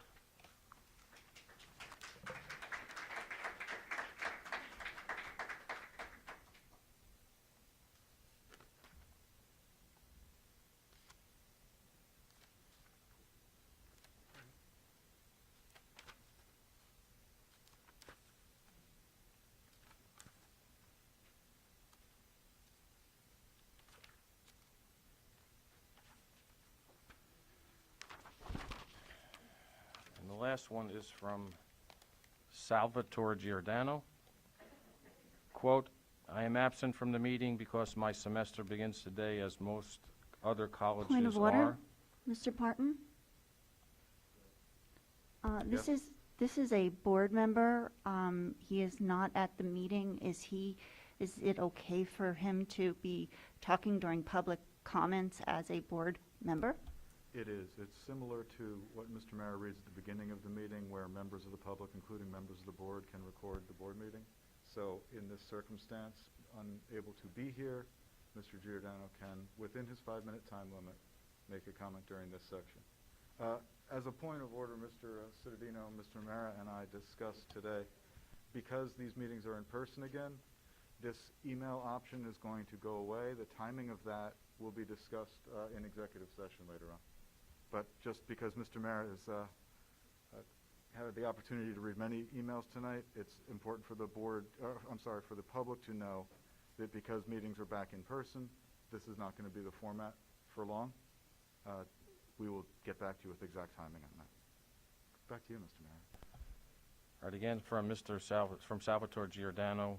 I am absent, quote, I am absent from the meeting because my semester begins today, as most other colleges are. Regardless of your opinion of me being asked to leave last week's meeting for existing, it cannot be denied that the things I predicted and warned people about since May 2020 has unfortunately come true. Even with most people injected, the approach, especially in schools, has stayed the same or even gotten more extreme since then. The classes of 2020, 2021, and most likely 2022 have not and will not get to experience the senior activities and the important face-to-face guidance for college and the workforce that I was able to get not that long ago. I can't imagine the damage that was done to younger students during that time, so I apologize to them too. Projects like the renovation of Lombardi Field, something I had control over, was done even though students weren't in school. I have always been in favor of choice for students and parents focusing on actual education before capital projects, and I hope we can discuss more decisions that are in our control in the future. Good luck, board members and members of the public, as always, I answer all my emails. Thank you, Salvatore Giordano, unquote. That's it, Ms. Lunt. Thank you, Mr. Mara.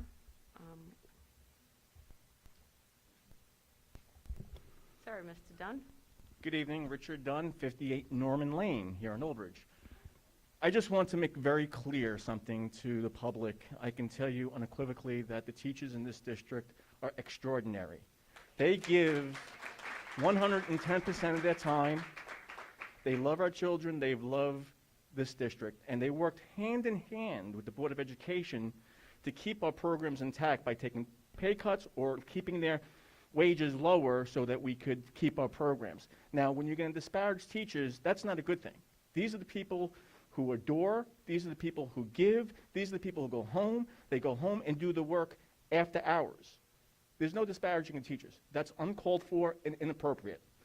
These people mold our children. Yes, we may disagree about masks. I don't like masks.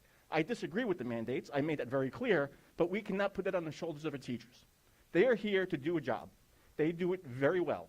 And you know what? We're very proud. When I was sitting up there as a board member, we believed that the teachers were partners, and they did everything in their power to give our children the finest education.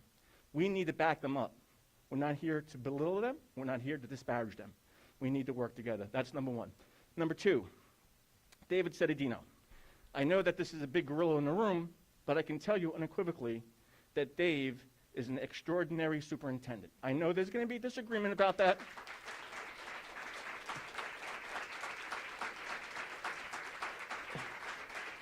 I have known Dave for 12 years. I was on the board when he was given the unbelievable position as superintendent here in this great school district. Under his stewardship and leadership, this district has excelled. This district rose from the ashes. We were subpar as a district, not because of the teachers, not because of anything that they were doing, it was because of the administration prior. And Dave came in, he changed the culture, we elevated SAT scores, our schools become blue ribbon, there's so many different accolades. And I understand there's a disagreement here. When I was on the board for 10 years, I had my issues with Dave. We've had arguments. Sometimes we weren't friends. But that's part of the position with being a board member. But I can tell you what is this man's heart, and he cares about every single child in this district. And I'm hoping, and I'm going to implore the board to give this man another opportunity. Because you know what? Every superintendent over the last 2 years was giving a situation beyond their control. And to penalize someone who has done remarkable things for our school district is unjust and unnecessary. So with that said, every meeting I'm going to come up here and talk about Dave because he deserves an opportunity to be the steward of our children. So with that said, thank you everyone, and good luck and good night.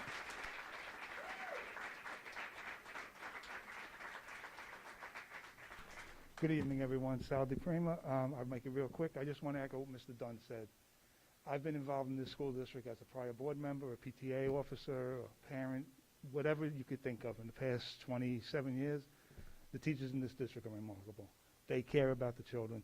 To say anything other than that, put all this other stuff aside with COVID and masks and blah, blah, blah. The teachers do a great job here. They do care. I know that personally. And also, Mr. Citadino, I was part of the board that brought him in, I guess, for lack of a better term. And he, too, is doing an excellent job. He cares probably a lot more than people know. There's a lot that goes on that's not seen. You just got to believe it. Trust me, please. Thank you.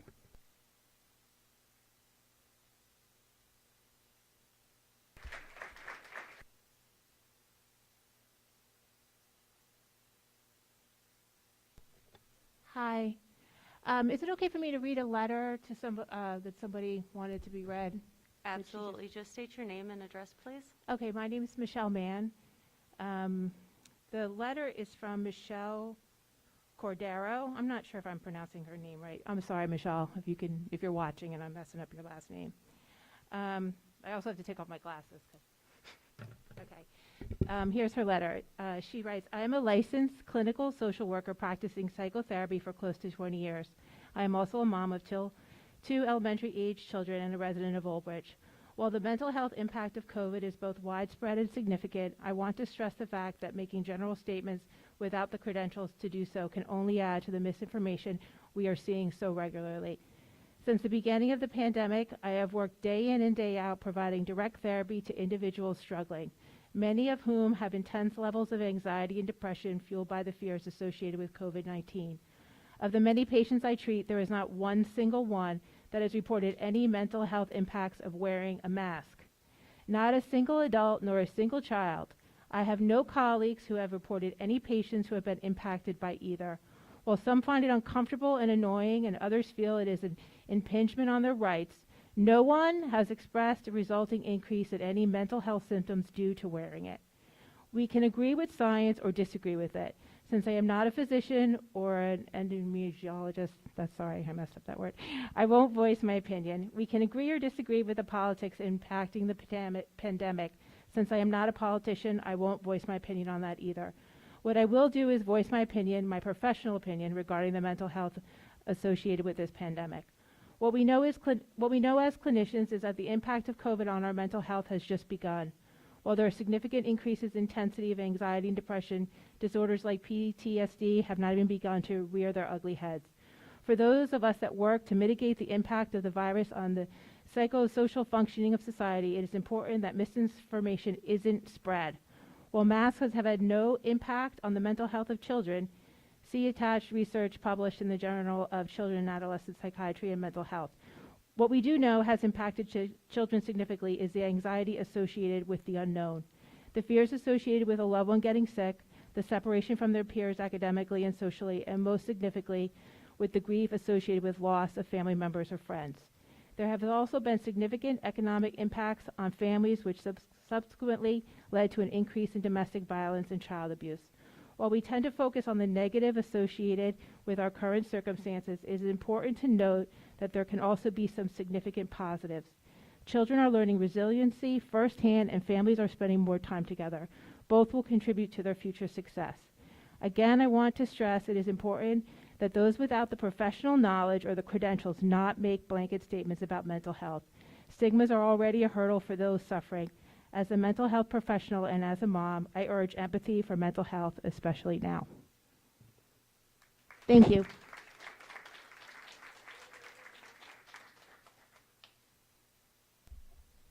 Andrew Lewis, OBA. I would like to... Mr. Lewis, you got about 2 minutes left in your time. That's fine. I would like to respond to the comments that were shared by the board secretary regarding the OBA from a Mr. Kenny McGee. The staff in Old Bridge are dedicated to the students of this district. We're one of, as Mr. Cittadino mentioned, one of only a few nearby districts that have kept our school buildings open since the first day of school in September, in large part due to the staff who care about your children. My members' safety and need to feel protected in doing their job. In a survey question, if that upsets you, if that's a concern to you, then I welcome you to apply to become a substitute teacher in the district and just step one day into our shoes. We're in desperate need, as I'm sure many of you know, of additional substitute teachers. So Mr. McGee, I look forward to seeing you as a substitute. As you said, enough is enough. Enough of attacking my members who dedicate themselves to your children only to be disrespected by people like you, Mr. McGee.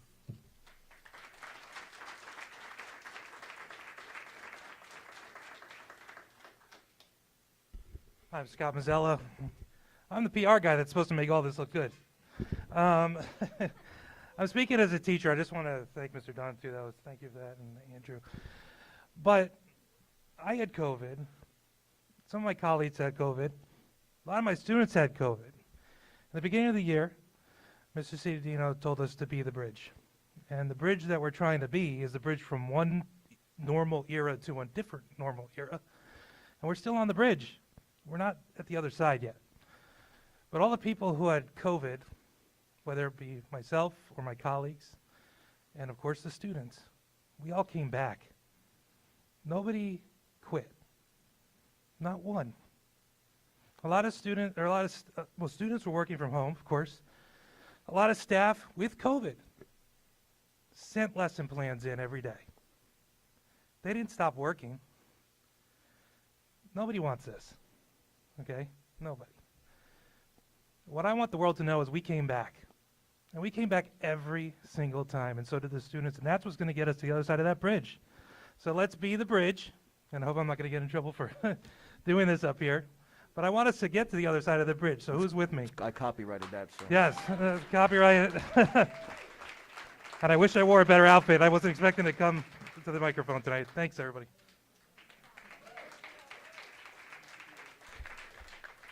Thank you. Is there anybody else that would like to speak at this point? I just want to offer a point of clarity that Old Bridge has made. What's the great thing about this town, this community, is all of us working together, and there's many great families that are part of our educational team, and there's many great families that are part of our overall community. And I want to be clear that when you send in an email, we have no proof that's your name. So there is one family by that name, and there's nobody in that family that has connection to that particular name, Kenny McGee. So I know you guys are empathetic and wonderful people, and you wouldn't result to that. But for members of the public who might be listening, people do strange things when feeling desperate and feeling pressured. I don't want anybody to mistakenly target anyone based upon a name. That's probably a made-up name. So do the right thing.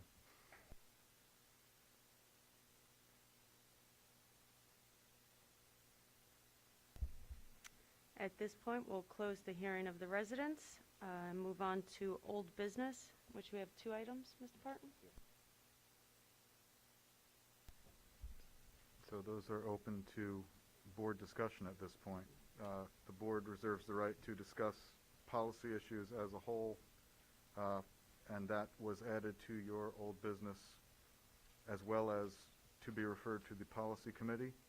But Mr. Marquetta, I believe that this was your request, so if you want to start the discussion, I did provide, Mr. Cittadino and Mr. Mayor did provide the board policy, the current policy 2425 to all board members, and I provided some of the language that was raised last week for discussion, so that can be discussed at the pleasure of the board now.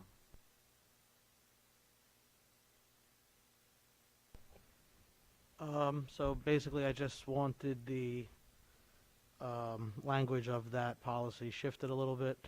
It's like that the administration can work together with the board and allowed to come up with a curriculum, an online remote learning curriculum. And then there was something else that after I was reading the policy again a little carefully, the first 2 paragraphs on the first page, it's very broad. It says that the local health authorities or it's a very broad area of who could close the school or who could recommend to have the schools closed.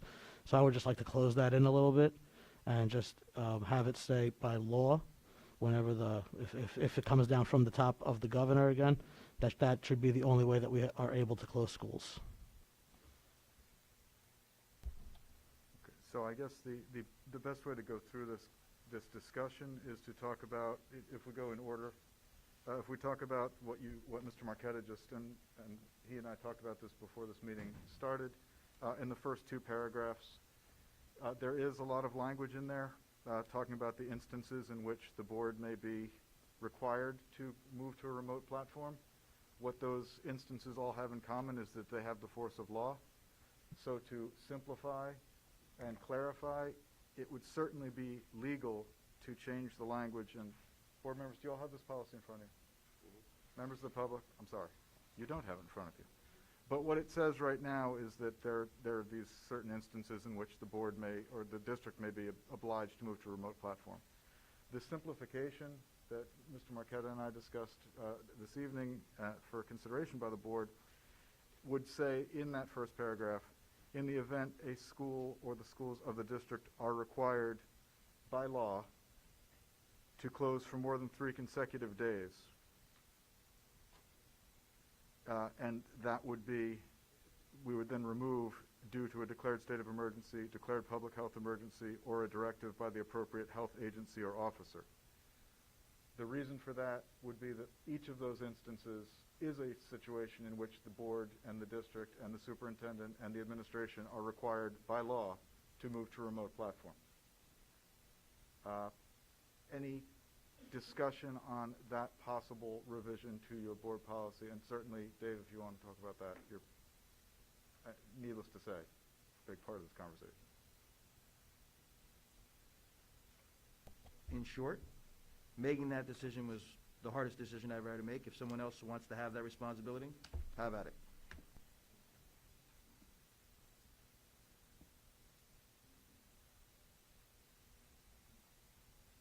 Any other board members? Yeah. So last week, and I'm happy that we did this, when I suggested that we all have the policy in front of us, this is basically the reason. So the policy as it's written, or what was suggested by Mr. Marqueta, is that the board make the decision regarding the remote plan in case of a closure. And I think there was a misunderstanding there. I think that it was read to be that the board would make the decision to close, but this policy, in fact, if I'm reading it correctly, is if the state or the Department of Health or another government agency declares that we have to close schools, then Mr. Cittadino has the right to implement the remote learning plan that we were required, again by law, to file with the Department of Education. And then Mr. Marqueta just said that he wanted the board to be able to decide on a curriculum other than remote. Did I hear that correctly? Yeah. Okay. But in the event that, and Mr. Cittadino used a Superstorm Sandy, God forbid, another pandemic, God forbid, a 6-foot snowstorm, God forbid. If the school has to close for more than 3 days, you don't want the children not learning. The only way they're going to learn is remote. This decision isn't whether or not Mr. Cittadino has the authority on his, on his own to close the schools. It gives him the authority to implement the remote learning plan that's on record, filed with the Department of Education. Am I correct? Yes, that is correct. Okay. What would, in your legalese, what would be the alternative if we did not use the remote learning plan that's on file with the Department of Education as required by state law? There is an alternative. You could choose, as you do with standalone snowstorms, if you will, normal snowstorms to the extent that makes sense, you could close your schools. You could make the decision, as you do on a snow day, to simply close schools for all forms of education, in which case you're still at whatever day count you were at the end of the day before. And if it's a month-long closure, then we're really getting into a bad situation, because that 180-day requirement is an absolute. So that is why this policy... It has to be completed by June 30th, the 180-day requirement. That's correct, yes. That is why this policy talks about more than 3 days of required emergency closure, because short of that, snow days are going to happen.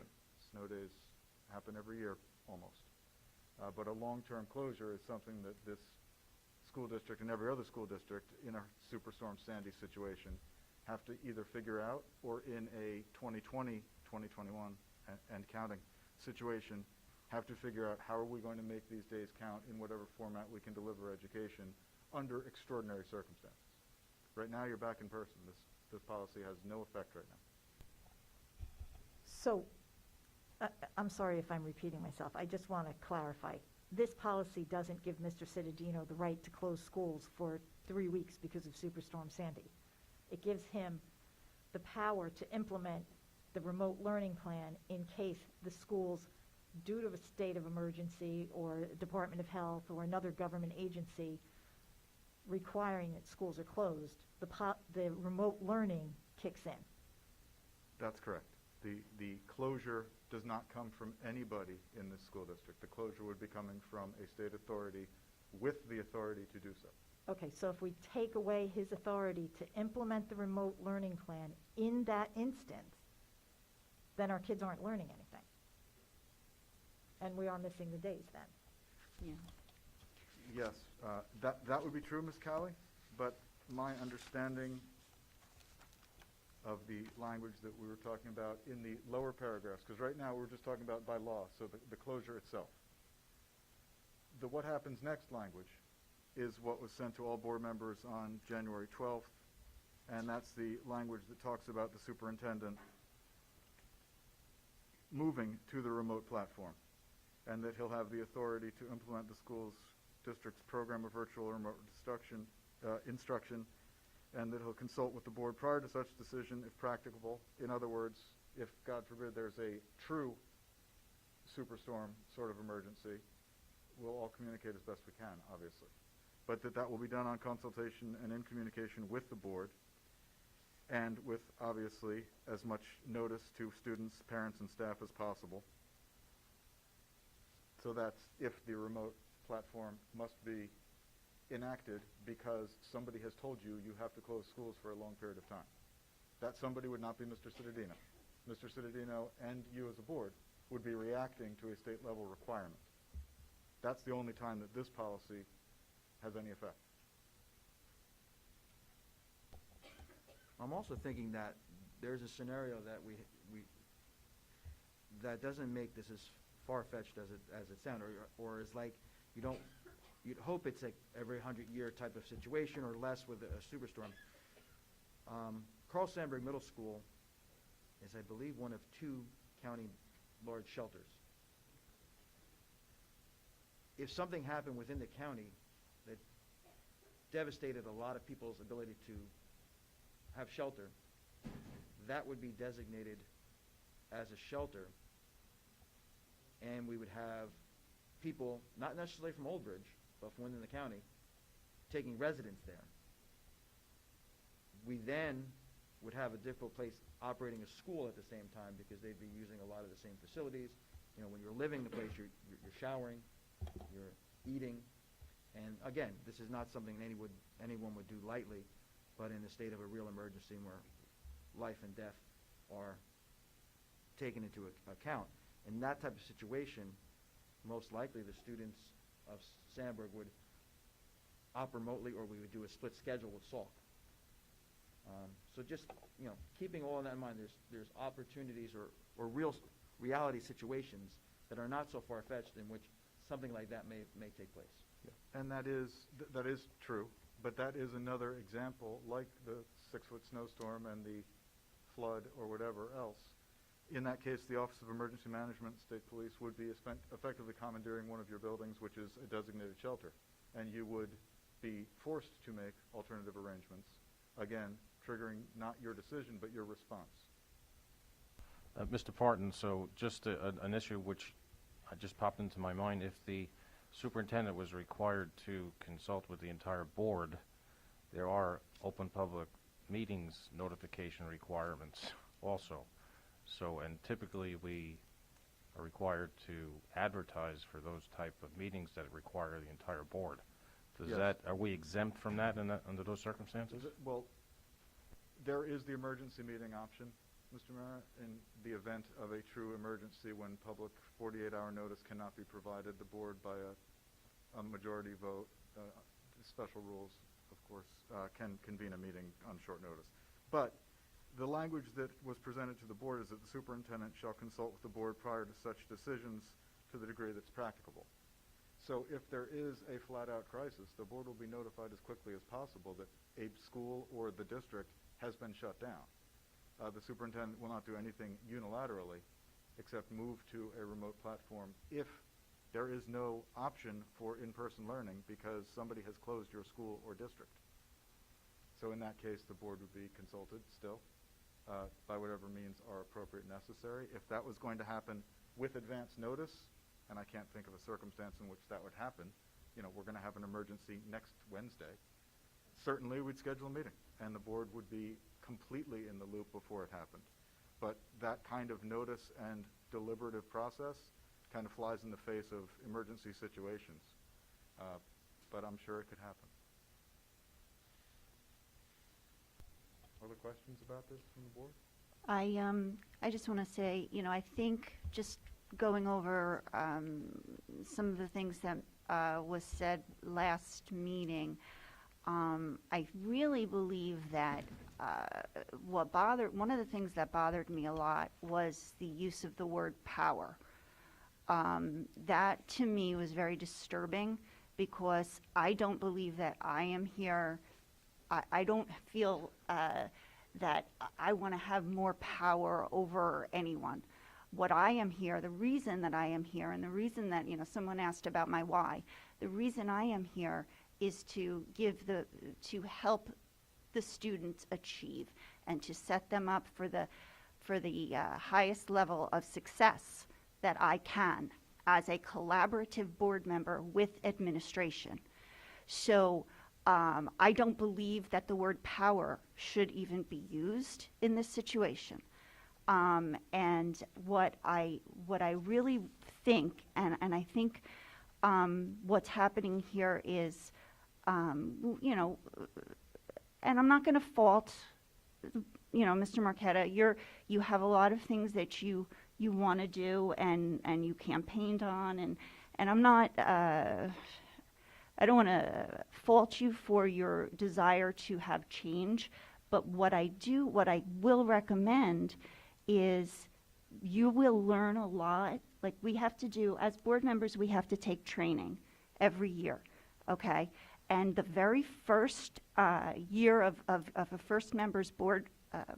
first year board members training is about everyone's role and responsibility, okay? And you know, who administers the day-to-day action of the district and who oversees the policies. And I believe that once, Mr. Marquetta, you take that training, you'll understand why there's such a back and forth going on here. I understand your need to, your desire to want to affect change. But what I would like to see is if you just sit with us for a little bit and learn the ropes a little bit, and you know, and we can have these conversations because I have no problem with having discussions. Mr. Cittadino is always open to discussions. Mr. Parton, as we know from the past couple of meetings, will answer any and all questions. So let's start there before we come to a meeting and just want to throw motions out, just, you know, something as important as this. That's what I would like to see.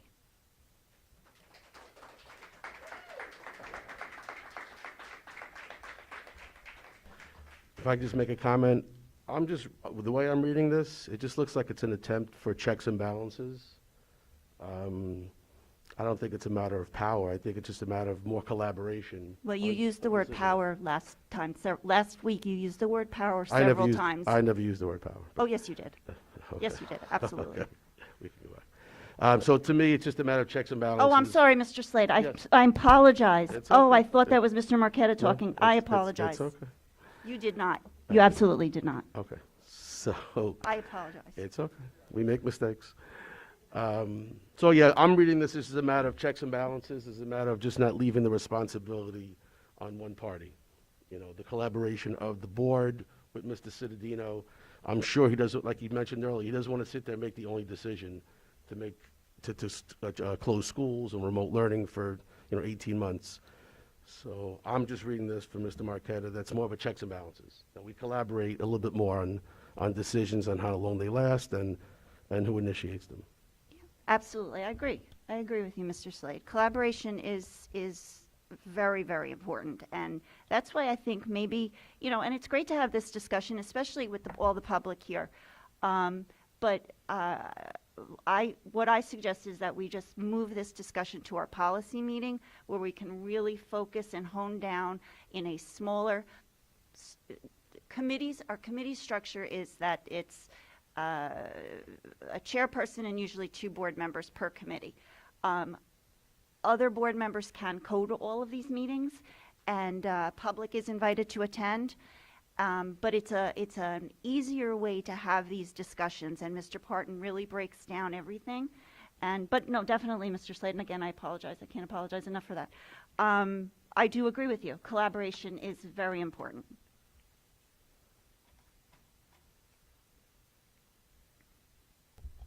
Anyone else? Okay, item number 2. So, well, let's see if we can wrap this one up. There are 2 options that you have now. As Mr. Slade said, this is more of a revoicing than a change in your policy.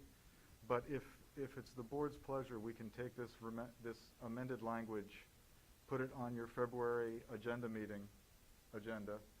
and then if everybody's comfortable with how it looks, then you can vote on it the next week and revise the policy to clarify what is really already the case, but just to make sure that those checks and balances and that cooperation and that collaboration is expressly stated. So we need board consensus for how we're going to go from here. You are not required to commit it to the policy meeting because you have had this discussion as a policy committee of the whole right now. So I think, Ms. Lent, we need to see if the board's will is to place this on your February agenda for approval as revised. So we would do a roll call? A straw poll. This is not board action. This is just board direction whether to place it on your February agenda, unless anyone has any questions about this or about what I just said. So this is a straw poll on policy 2425. Right, to place the revised version on the February agenda. Ms. Burns? Yes. Ms. Callie? So this is only going on the agenda, this isn't approving it, right? Yes. Okay. That's correct. Yes. Mr. Carroll? No. Mr. Marqueta? Yes. Mr. Slade? Yes. Mr. Solikowski? Yes. Ms. Lent? Yes. Okay, straw poll passes. Okay, and then the next item that you have under old business is the discussion of a letter to state officials regarding state mandates and local control, which again is something that was proposed last week by Mr. Marqueta. You can have that discussion if anyone has any language suggestions. Your previous resolution that was passed was provided to all board members just as not a working draft, but just for your information of what you did last time on this same issue.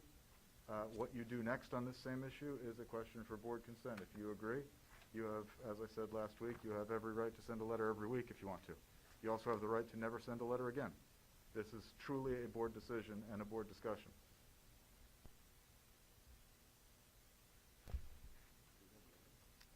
I put together a letter. If the board wants to see it, I'll offer it to you. If you don't want to see it, you don't have to. So I put together a letter, so if you want to look at it, I have it with me. If not, then... I'd like to see it.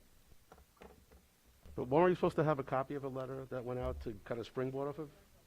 You have a copy of what went out in, I want to say October.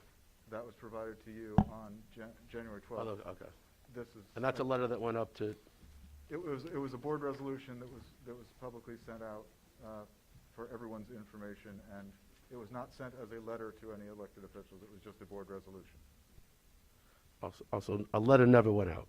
That's correct. Oh.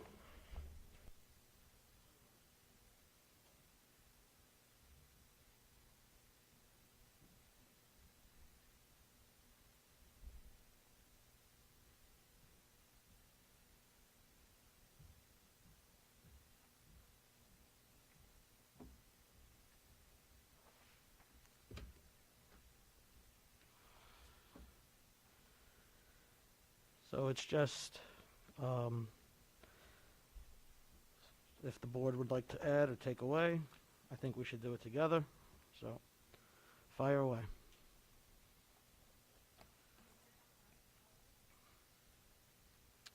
Can we? Yeah, this is a public discussion, so it can Yes. certainly be read. Dear Governor Murphy, the majority on the Old Bridge Township School Board would like to kindly ask the governor to please reconsider his health emergency mandates on the children.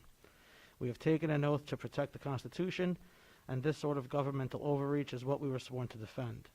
In the New Jersey State Constitution, it reads, "All persons are by nature free and independent and have certain natural and unalienable rights, among which are those of enjoying and defending life and liberty, of acquiring, possessing, and protecting property, and of pursuing and obtaining safety and happiness." The definition of liberty is as follows: the state of being free within society from oppressive restrictions imposed by authority on one's way of life, behavior, or political views. The mandates you have set in place are clearly violating the Constitution. As we approach the 2-year mark of 15 days to flatten the curve, I think it's necessary to state that as of this moment in time, that 6,350,580 people, or 71.5% of New Jersey's population, have been fully vaccinated, out of a state population of 9.24 million people. Vaccines are clearly available to those that want them. Masks can be worn by those that want to wear them. We would like to implore other school districts in the state of New Jersey to stand up to the governmental overreach and stand in solidarity in telling the governor that we do not comply with these mandates on the children, or any mandates in general. We implore our legislature, both Democratic and Republican, to join us in taking a stand for the very thing people come here for, freedom. So that's the language. Any comments or discussion on the letter? I'm going to need a few more minutes to go over it.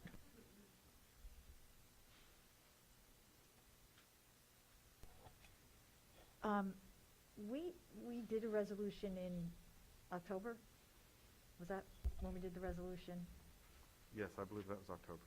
Okay.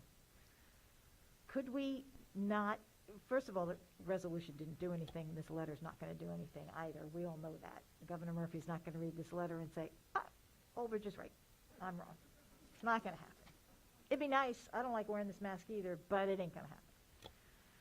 Could we send the resolution that we already had instead of spending yet more time on masks? Can you? Yes, that's a question for the board. If that's the consensus of the board, that's of course an option. Just a letter to Governor Murphy that, the Old Bridge Board of Education passed this resolution, whatever else it needs to say to get his attention, or somebody's attention. It doesn't have that has less of a bite than a letter, no? It might, but it's toothless regardless. This letter isn't, it's not going to do anything. Like I said, he's not going to read this letter and say, oh, wow, they're right. I don't have a problem with sending a letter, except that we're spending more time on masks. But the paragraph of, standing in solidarity and we will not comply, we can't have that.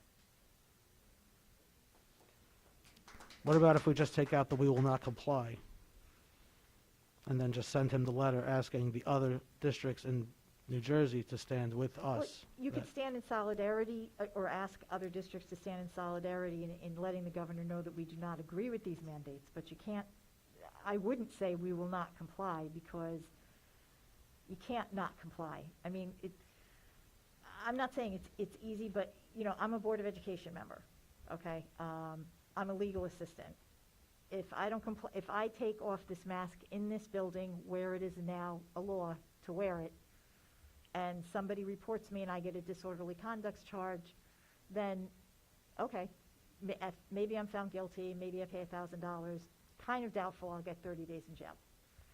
If a teacher or one of the administrators does the same thing and gets a disorderly persons charge and is found guilty, they can no longer work in their chosen field. They lose their certificate. They lose their license to teach to be a superintendent, an assistant superintendent, a principal, whatever. So this has it means more to some people, and like I said, we just can't. It's not necessarily the masks that make the problem, it's the fact that you're taking away certain rights as far as freedom of choice goes. No, I understand what you're trying to say. I'm just saying that I don't think it should have the tone of saying that we're not going to comply with these mandates, be it masks or anything else. Yeah, I understand, and I'm okay with taking that part out, but I'd like to at least leave in the lines where we are asking other districts to stand with us. I think that leaves more of an impact, and I think we'll have more, if it does happen, that more districts will stand with Old Bridge than not. Are other districts going to read this, or is this just going to the governor? Well, it's going to be made public, so other districts will read it. How is it being made public, like through this meeting, or are we publishing it on the website? Well, after we send it, we would release it to news outlets, media outlets, and if they choose to publish it. Are we allowed to do that? Are we allowed to? I'm sorry, I was speaking to the superintendent. Can you repeat that, Ms. Callie? That's okay. Sorry, Ms. Burns. Are we allowed to publish this letter and give it to news outlets as a board? Yes, the key being as a board. So if 5 or more board members choose to do that and it's not illegal, then yes, you can do it. As far as the specific language, that's something that would need to be worked out carefully. Probably, and Mr. Marquette and I briefly discussed this, to say that we will not comply, that language probably needs to be tweaked a little bit, because threatening to violate a law is not something that you want to put in writing from the Board of Ed. As far as standing in solidarity against it, if that's the pleasure of the board, you can certainly do that. So we don't have the other, we do, we have it, where is it? Yeah, it was sent in email. Yeah, it's in that January 12th email. Oh. Thank you. If I could just interject for a second here, what I would suggest is, obviously not wasting the public's time on this right now, but create an ad hoc committee that could discuss the language of the letter, and then we could present it to the board at a later time. I'd agree to that, yeah. I think that's important, because I'm noticing a few hands want to be raised, but because we're doing this at a board meeting, the public hearing portion is already over. But if we did it as a true policy or ad hoc committee, the public would be allowed to speak during that time, outside those time limitations, and you can get the input from the public. If Ms. Lent, if you choose to convene an ad hoc committee to discuss this, obviously as board president at this moment, you would have the authority to name the committee members. And one thing that you could do, again, it's just an option, is to have that language put together by a group of board members, placed on your first February agenda for discussion, and because it would be on your February agenda, certainly for public input, and then board action at the second February meeting. We would name the members right now, or would they be able to? You could do it right now if you choose as Mr. board Parton? president. Mr. Parton? Mrs. DeCaro. Can we make it a committee of the whole meeting? I think we all, because I just think we should all be involved in the conversation. You could, yes, you can legally make it a committee of the whole meeting. That would require all 9 of you to agree on the specific language. With, if it's a committee of the whole, it would be a public event, public input, etc. But yes, legally that is an option if that's the will of the board.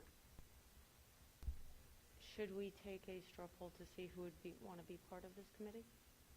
And see if everyone is interested in joining it before we just assume? If you wish to do that, you can. Ultimately, the membership on any standing or ad hoc committee is the province of the board president, or on nights like tonight, of the board vice president. Lucky me. Okay. So let's take a poll and see who would want to be part of this committee. Okay, Ms. Callie, yes or no? Are we doing? On a the committee, just I know, on the committee. But Ms. DeCaro's suggestion was to do a committee of the whole, so we're not doing a committee of the whole? We're doing, No, first we're trying to determine how many committee members, how many board members want to be on the committee, and that could be the committee of the whole, if everybody says yes. If you have 7 board members wishing to be part of this, then you're talking about a committee of the whole meeting if Ms. Lent, so. then yes. Okay. Mr. Carroll, Yes. Mr. Marqueta, Yes. Mr. Slade, Yes. Mr. Solikowski, Yes. Ms. Burns, Yes. and Ms. Lent. Yep, we got a party. It is unanimous. Okay, move on. So then that would be to be scheduled. You'll have really a policy committee, a policy committee of the whole or an ad hoc committee of the whole meeting to which the public will be entitled to attend, and there'll be a public comment portion, and hopefully at that you can come up with final language of a letter and the decision of whether or not to do that. Okay. Executive session. You're still So that would be to be scheduled. past his bedtime.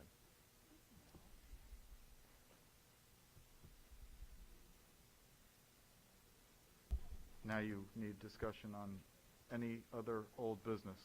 Those are just the listed items for old business. Board members have the right to raise any other issues. I have a question about the food services that came up. There was an incident last year, I believe, where we had food service people come to our meeting saying that they were short-staffed. Is that continuing to be an issue? Any updates on that? I think the food service company is subject to the same problems that, COVID problems that we have. So when they are short-staffed at this point because of quarantines and sickness, and once those people come out of quarantine, they come back to work. So they're doing the best they can to man all the schools as much as they possibly can. I know the manager is effectively going around to schools cooking when necessary, if it's necessary. Okay, thank you. Any other old business? I don't know whether this is old business or new business, and I'm probably going to get stoned for this, but I've received countless emails, telephone calls, text messages, and read many, many, many, many social media posts from parents begging this board to get back to the job that we're supposed to be doing, educating the children. I realize that masks and vaccines are a hot topic. It's been discussed and discussed and discussed over and over again. There are only so many ways to say this mandate holds the weight of the law. I'm correct, right? You're correct, right? Thank you. It holds the weight of the law. I realize that people are very passionate about it. I don't like the masks either, but I don't want to use this term because I know we were criticized for using this term, but our hands are tied. And I gave you the reasons before. Mr. Cittadino can't stand up and say, okay, everybody take off your masks, okay? Because that's, I don't know, a disorderly conduct charge times however many people are sitting here, however many teachers are sitting here. You'd lose a lot of teachers very quickly once the court heard all the disorderly persons charges, if they were found guilty. I really would love to get this board back to what we're supposed to be doing, which is educating the children. Or how about talking about some of the great things that are going on? Wait, I have a for instance. I mean, I know it's ESSER, and I know it's being funded by the grant, but is she still here? Miss Obday? Hi, how are you? Okay. I don't know if I have enough for everybody who wants one, but I have copies of the flyer that she put together regarding the after-school help for the children, and this is part of ESSER, right, Mr. Cittadino? Yes. It is, okay. So they're up here if anybody wants them. That's a great thing, trying to take care of the learning gap. I just, please, I don't know, is there any way we can say that discussion on masks will be the last 15 minutes of the meeting and only the last 15 minutes of the meeting? I mean, can we pass a resolution about that? If it's, when it's on your agenda in any way, then it's part of comments on agenda items. When it's not on your agenda, it's at the end, and yes, you could structure public comment to save masks for the end of that section, or do them right at the beginning. But when it's on the agenda, that's a different category. Okay, well, then I'm imploring the public, like we have been implored over the last week, to let us get back to what we're supposed to be doing. I mean, I would love to say, take it off, don't wear it ever again. Okay, I just wanted to personally thank the teachers, all the teachers, not just the educators that are here, but all the teachers in our district. I'm sorry, that letter by whoever it is, and obviously it's according to Mr. Cittadino, not really a Mr. McGee. I'm sorry, that letter made me cringe, and I am praying that whoever he is a party of one. But there is I don't think, and I think I can, if I may, speak for the entire board, that there's nobody sits up here that agrees with any portion of that letter. So thank you for showing up. Thank you for coming back after you've had COVID. Thank you for risking yourselves. Thank you for everything that you do. And Scott, good luck turning this into a good spin.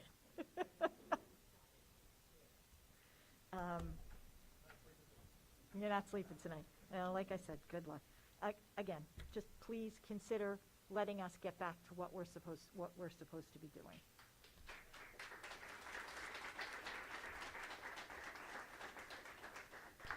I'm done. Any other old business? New business? I have new business. So there is a spring leadership conference for administrators on March 18th. That's free. That's given through njcie.org, and they will be talking about inclusion and a grant that is associated with their services. And if any of our administrators wanted to take it, it's free, so that word is out there. And in the spirit of focusing on education, I did something that was really selfish. It was for me, and I put together a resolution, and I stole this blueprint. Oh, yeah, yep. So just going to read it, and hopefully we can get it on not next week's, but our next agenda. And if anybody has any comments, questions, or concerns, we can, of course, address it. So here it goes. Where it is a primary goal of the Old Bridge School District to create schools that are inclusive of all students and the diversity of needs that exist in our region, and we give particular focus to the inclusion of students with disabilities. Whereas our school district believes that there is a need for students to have maximum opportunity for access to general education settings. Therefore, be it resolved that the Old Bridge School System hereby endorses the following inclusive school practices for every child. Students are first and foremost general education students who may require additional supports and services in order to access their education. All students will have the opportunity to participate with same-aged typical peers to the maximum extent that they are able. School programs, including extracurricular activities and interventions, shall be accessible to all students regardless of the supports and services they need. School staff will make every effort to use language that describes first person, people first language, when referring to students, families, and programs.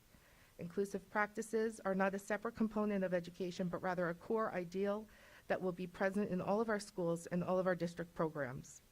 We hold high expectations for growth and development and honor the requirement that students serve in the least restrictive environment.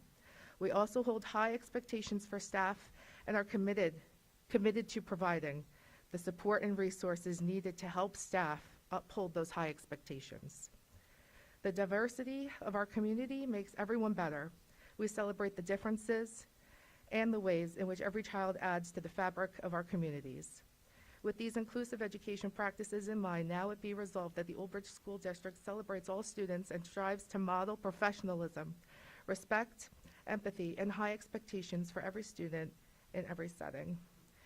And I would also just like to thank the teachers that are educating our students. Our students are back in school because of them. Some people know that I have a child out of district and I have one in district. My child was just out for 3 weeks, and some of that was due to staffing shortages in the out-of-district placement. So thank you for showing up, even when it's hard. Thank you.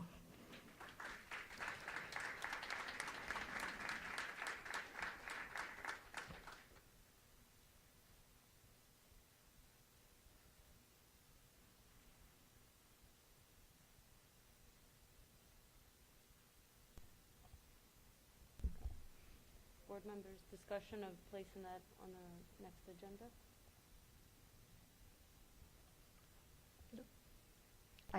It reads very well. I mean, I would like to get a copy of it.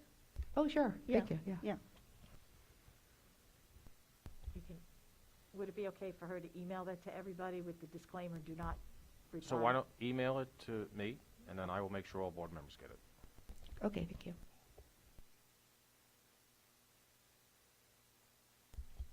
Any additional new business? I don't have new business. I just have a comment. I don't know if, I just don't know if you want to wait till anybody else has new business or if anybody knows it. Are we finished with new business? All right. Okay. No, just really simple. I'm not going to belabor anything. We've been here a long time, and I just want to, I appreciate everybody that came out tonight. I appreciate everybody that, that commented, expressed concerns, but what I most want to do is just say thank you to all the teachers that came out here tonight. We value you. We appreciate you. Don't ever let anyone tell you any differently. Just ignore people that say things that are negative. They are the lowest percentage of people. Know that you are appreciated. And again, thank you all for coming tonight.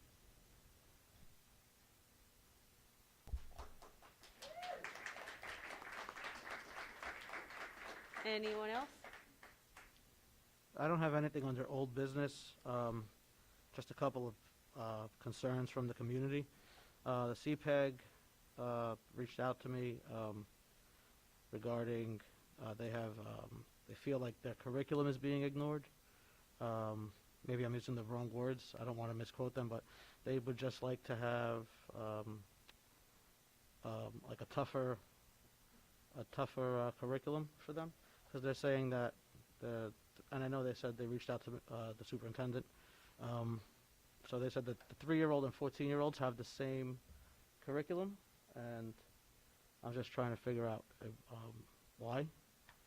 Like I wouldn't know where that would go. And then the second thing would be the ESSER the ESSER program that Ms. Cowley's talking about. It's tough for some parents to get their kids there early in the morning without the transportation. I know I brought this up to Mr. Mara. I just wanted to bring it out that just want to put it out there for the rest of the board. See if maybe we could work on something with both items. Again, I don't know where it goes. I'm not trying to pass a resolution. I don't want to make the board crazy again. But if there's something that could be spoken about or done or taken care of, just like that they could feel better. I would suggest and appreciate your bringing those forward. They also they said that when they reached out to you, it was very responsive. Okay. So just want to put that out there too. Thank you. And I know that it was something that came up, and I believe Dr. Tui discussed that particular claim at a public meeting. But I think it is something we can revisit and invite CPAG to the curriculum meeting when Mr. Weber is here and he points people for the curriculum chairs. I don't know if you wanted to touch base with it now, Dr. Tui? This Thursday, there will be a SEPTA meeting at 7 o'clock at Glen School. At that meeting, Ms. Christine Doherty will be going over that particular curriculum issue for the LLD classes at Sandburg, which was brought up early in the year. Additionally, with the relaying of all of the district curriculum on the district website, which is currently available at oldbridgeadmin.org. which you can go and check out the curriculum. We are continuing to review our curriculum specifically for our MD program, which is listed on the website as a supplementary curriculum. So we used the base curriculum for all K through 8 classes, and then the MD curriculum that is currently on the website is used supplementary to address some of the daily living needs of the students in those programs. But Thursday, SEPTA, 7 o'clock, Glenn. See you there. Thank you, Dr. Shuey. Great reminder. On the second issue of the transportation piece, We're going to be actually discussing that in executive session tonight. exactly. Thank you. I just have 2 items of positive news, if we want to use that. Excellent. 2 students that have done great things in the district. One is Victoria Mion. I don't know if you know this or if you know her as a former student. She is now in the running to be Miss New Jersey USA, and she's representing Old Bridge. So I'm not sure if she's doing a social media initiative to get support and financial support for that. I know we will be supporting her as well. So please reach out and support her. And also, 1 second, please. I want to have the right wording. Megan Valenzola, who is a wonderful student from Old Bridge High School. She's done a lot of positivity campaigning in the district. Just going to give her a shout out. She was selected as a high school student to attend the Stanford Legal Seminar this summer, and one of the only student from obviously Old Bridge, but many students who applied to this, and she was selected to take law classes at Stanford this summer. Something we should be very proud of.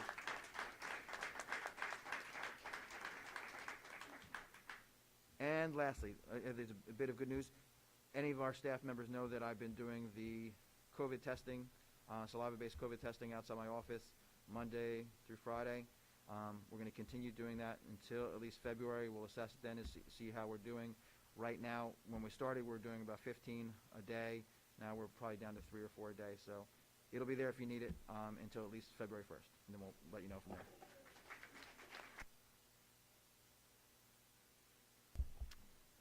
Anything else? Okay. I just want to say this is an incredible pen.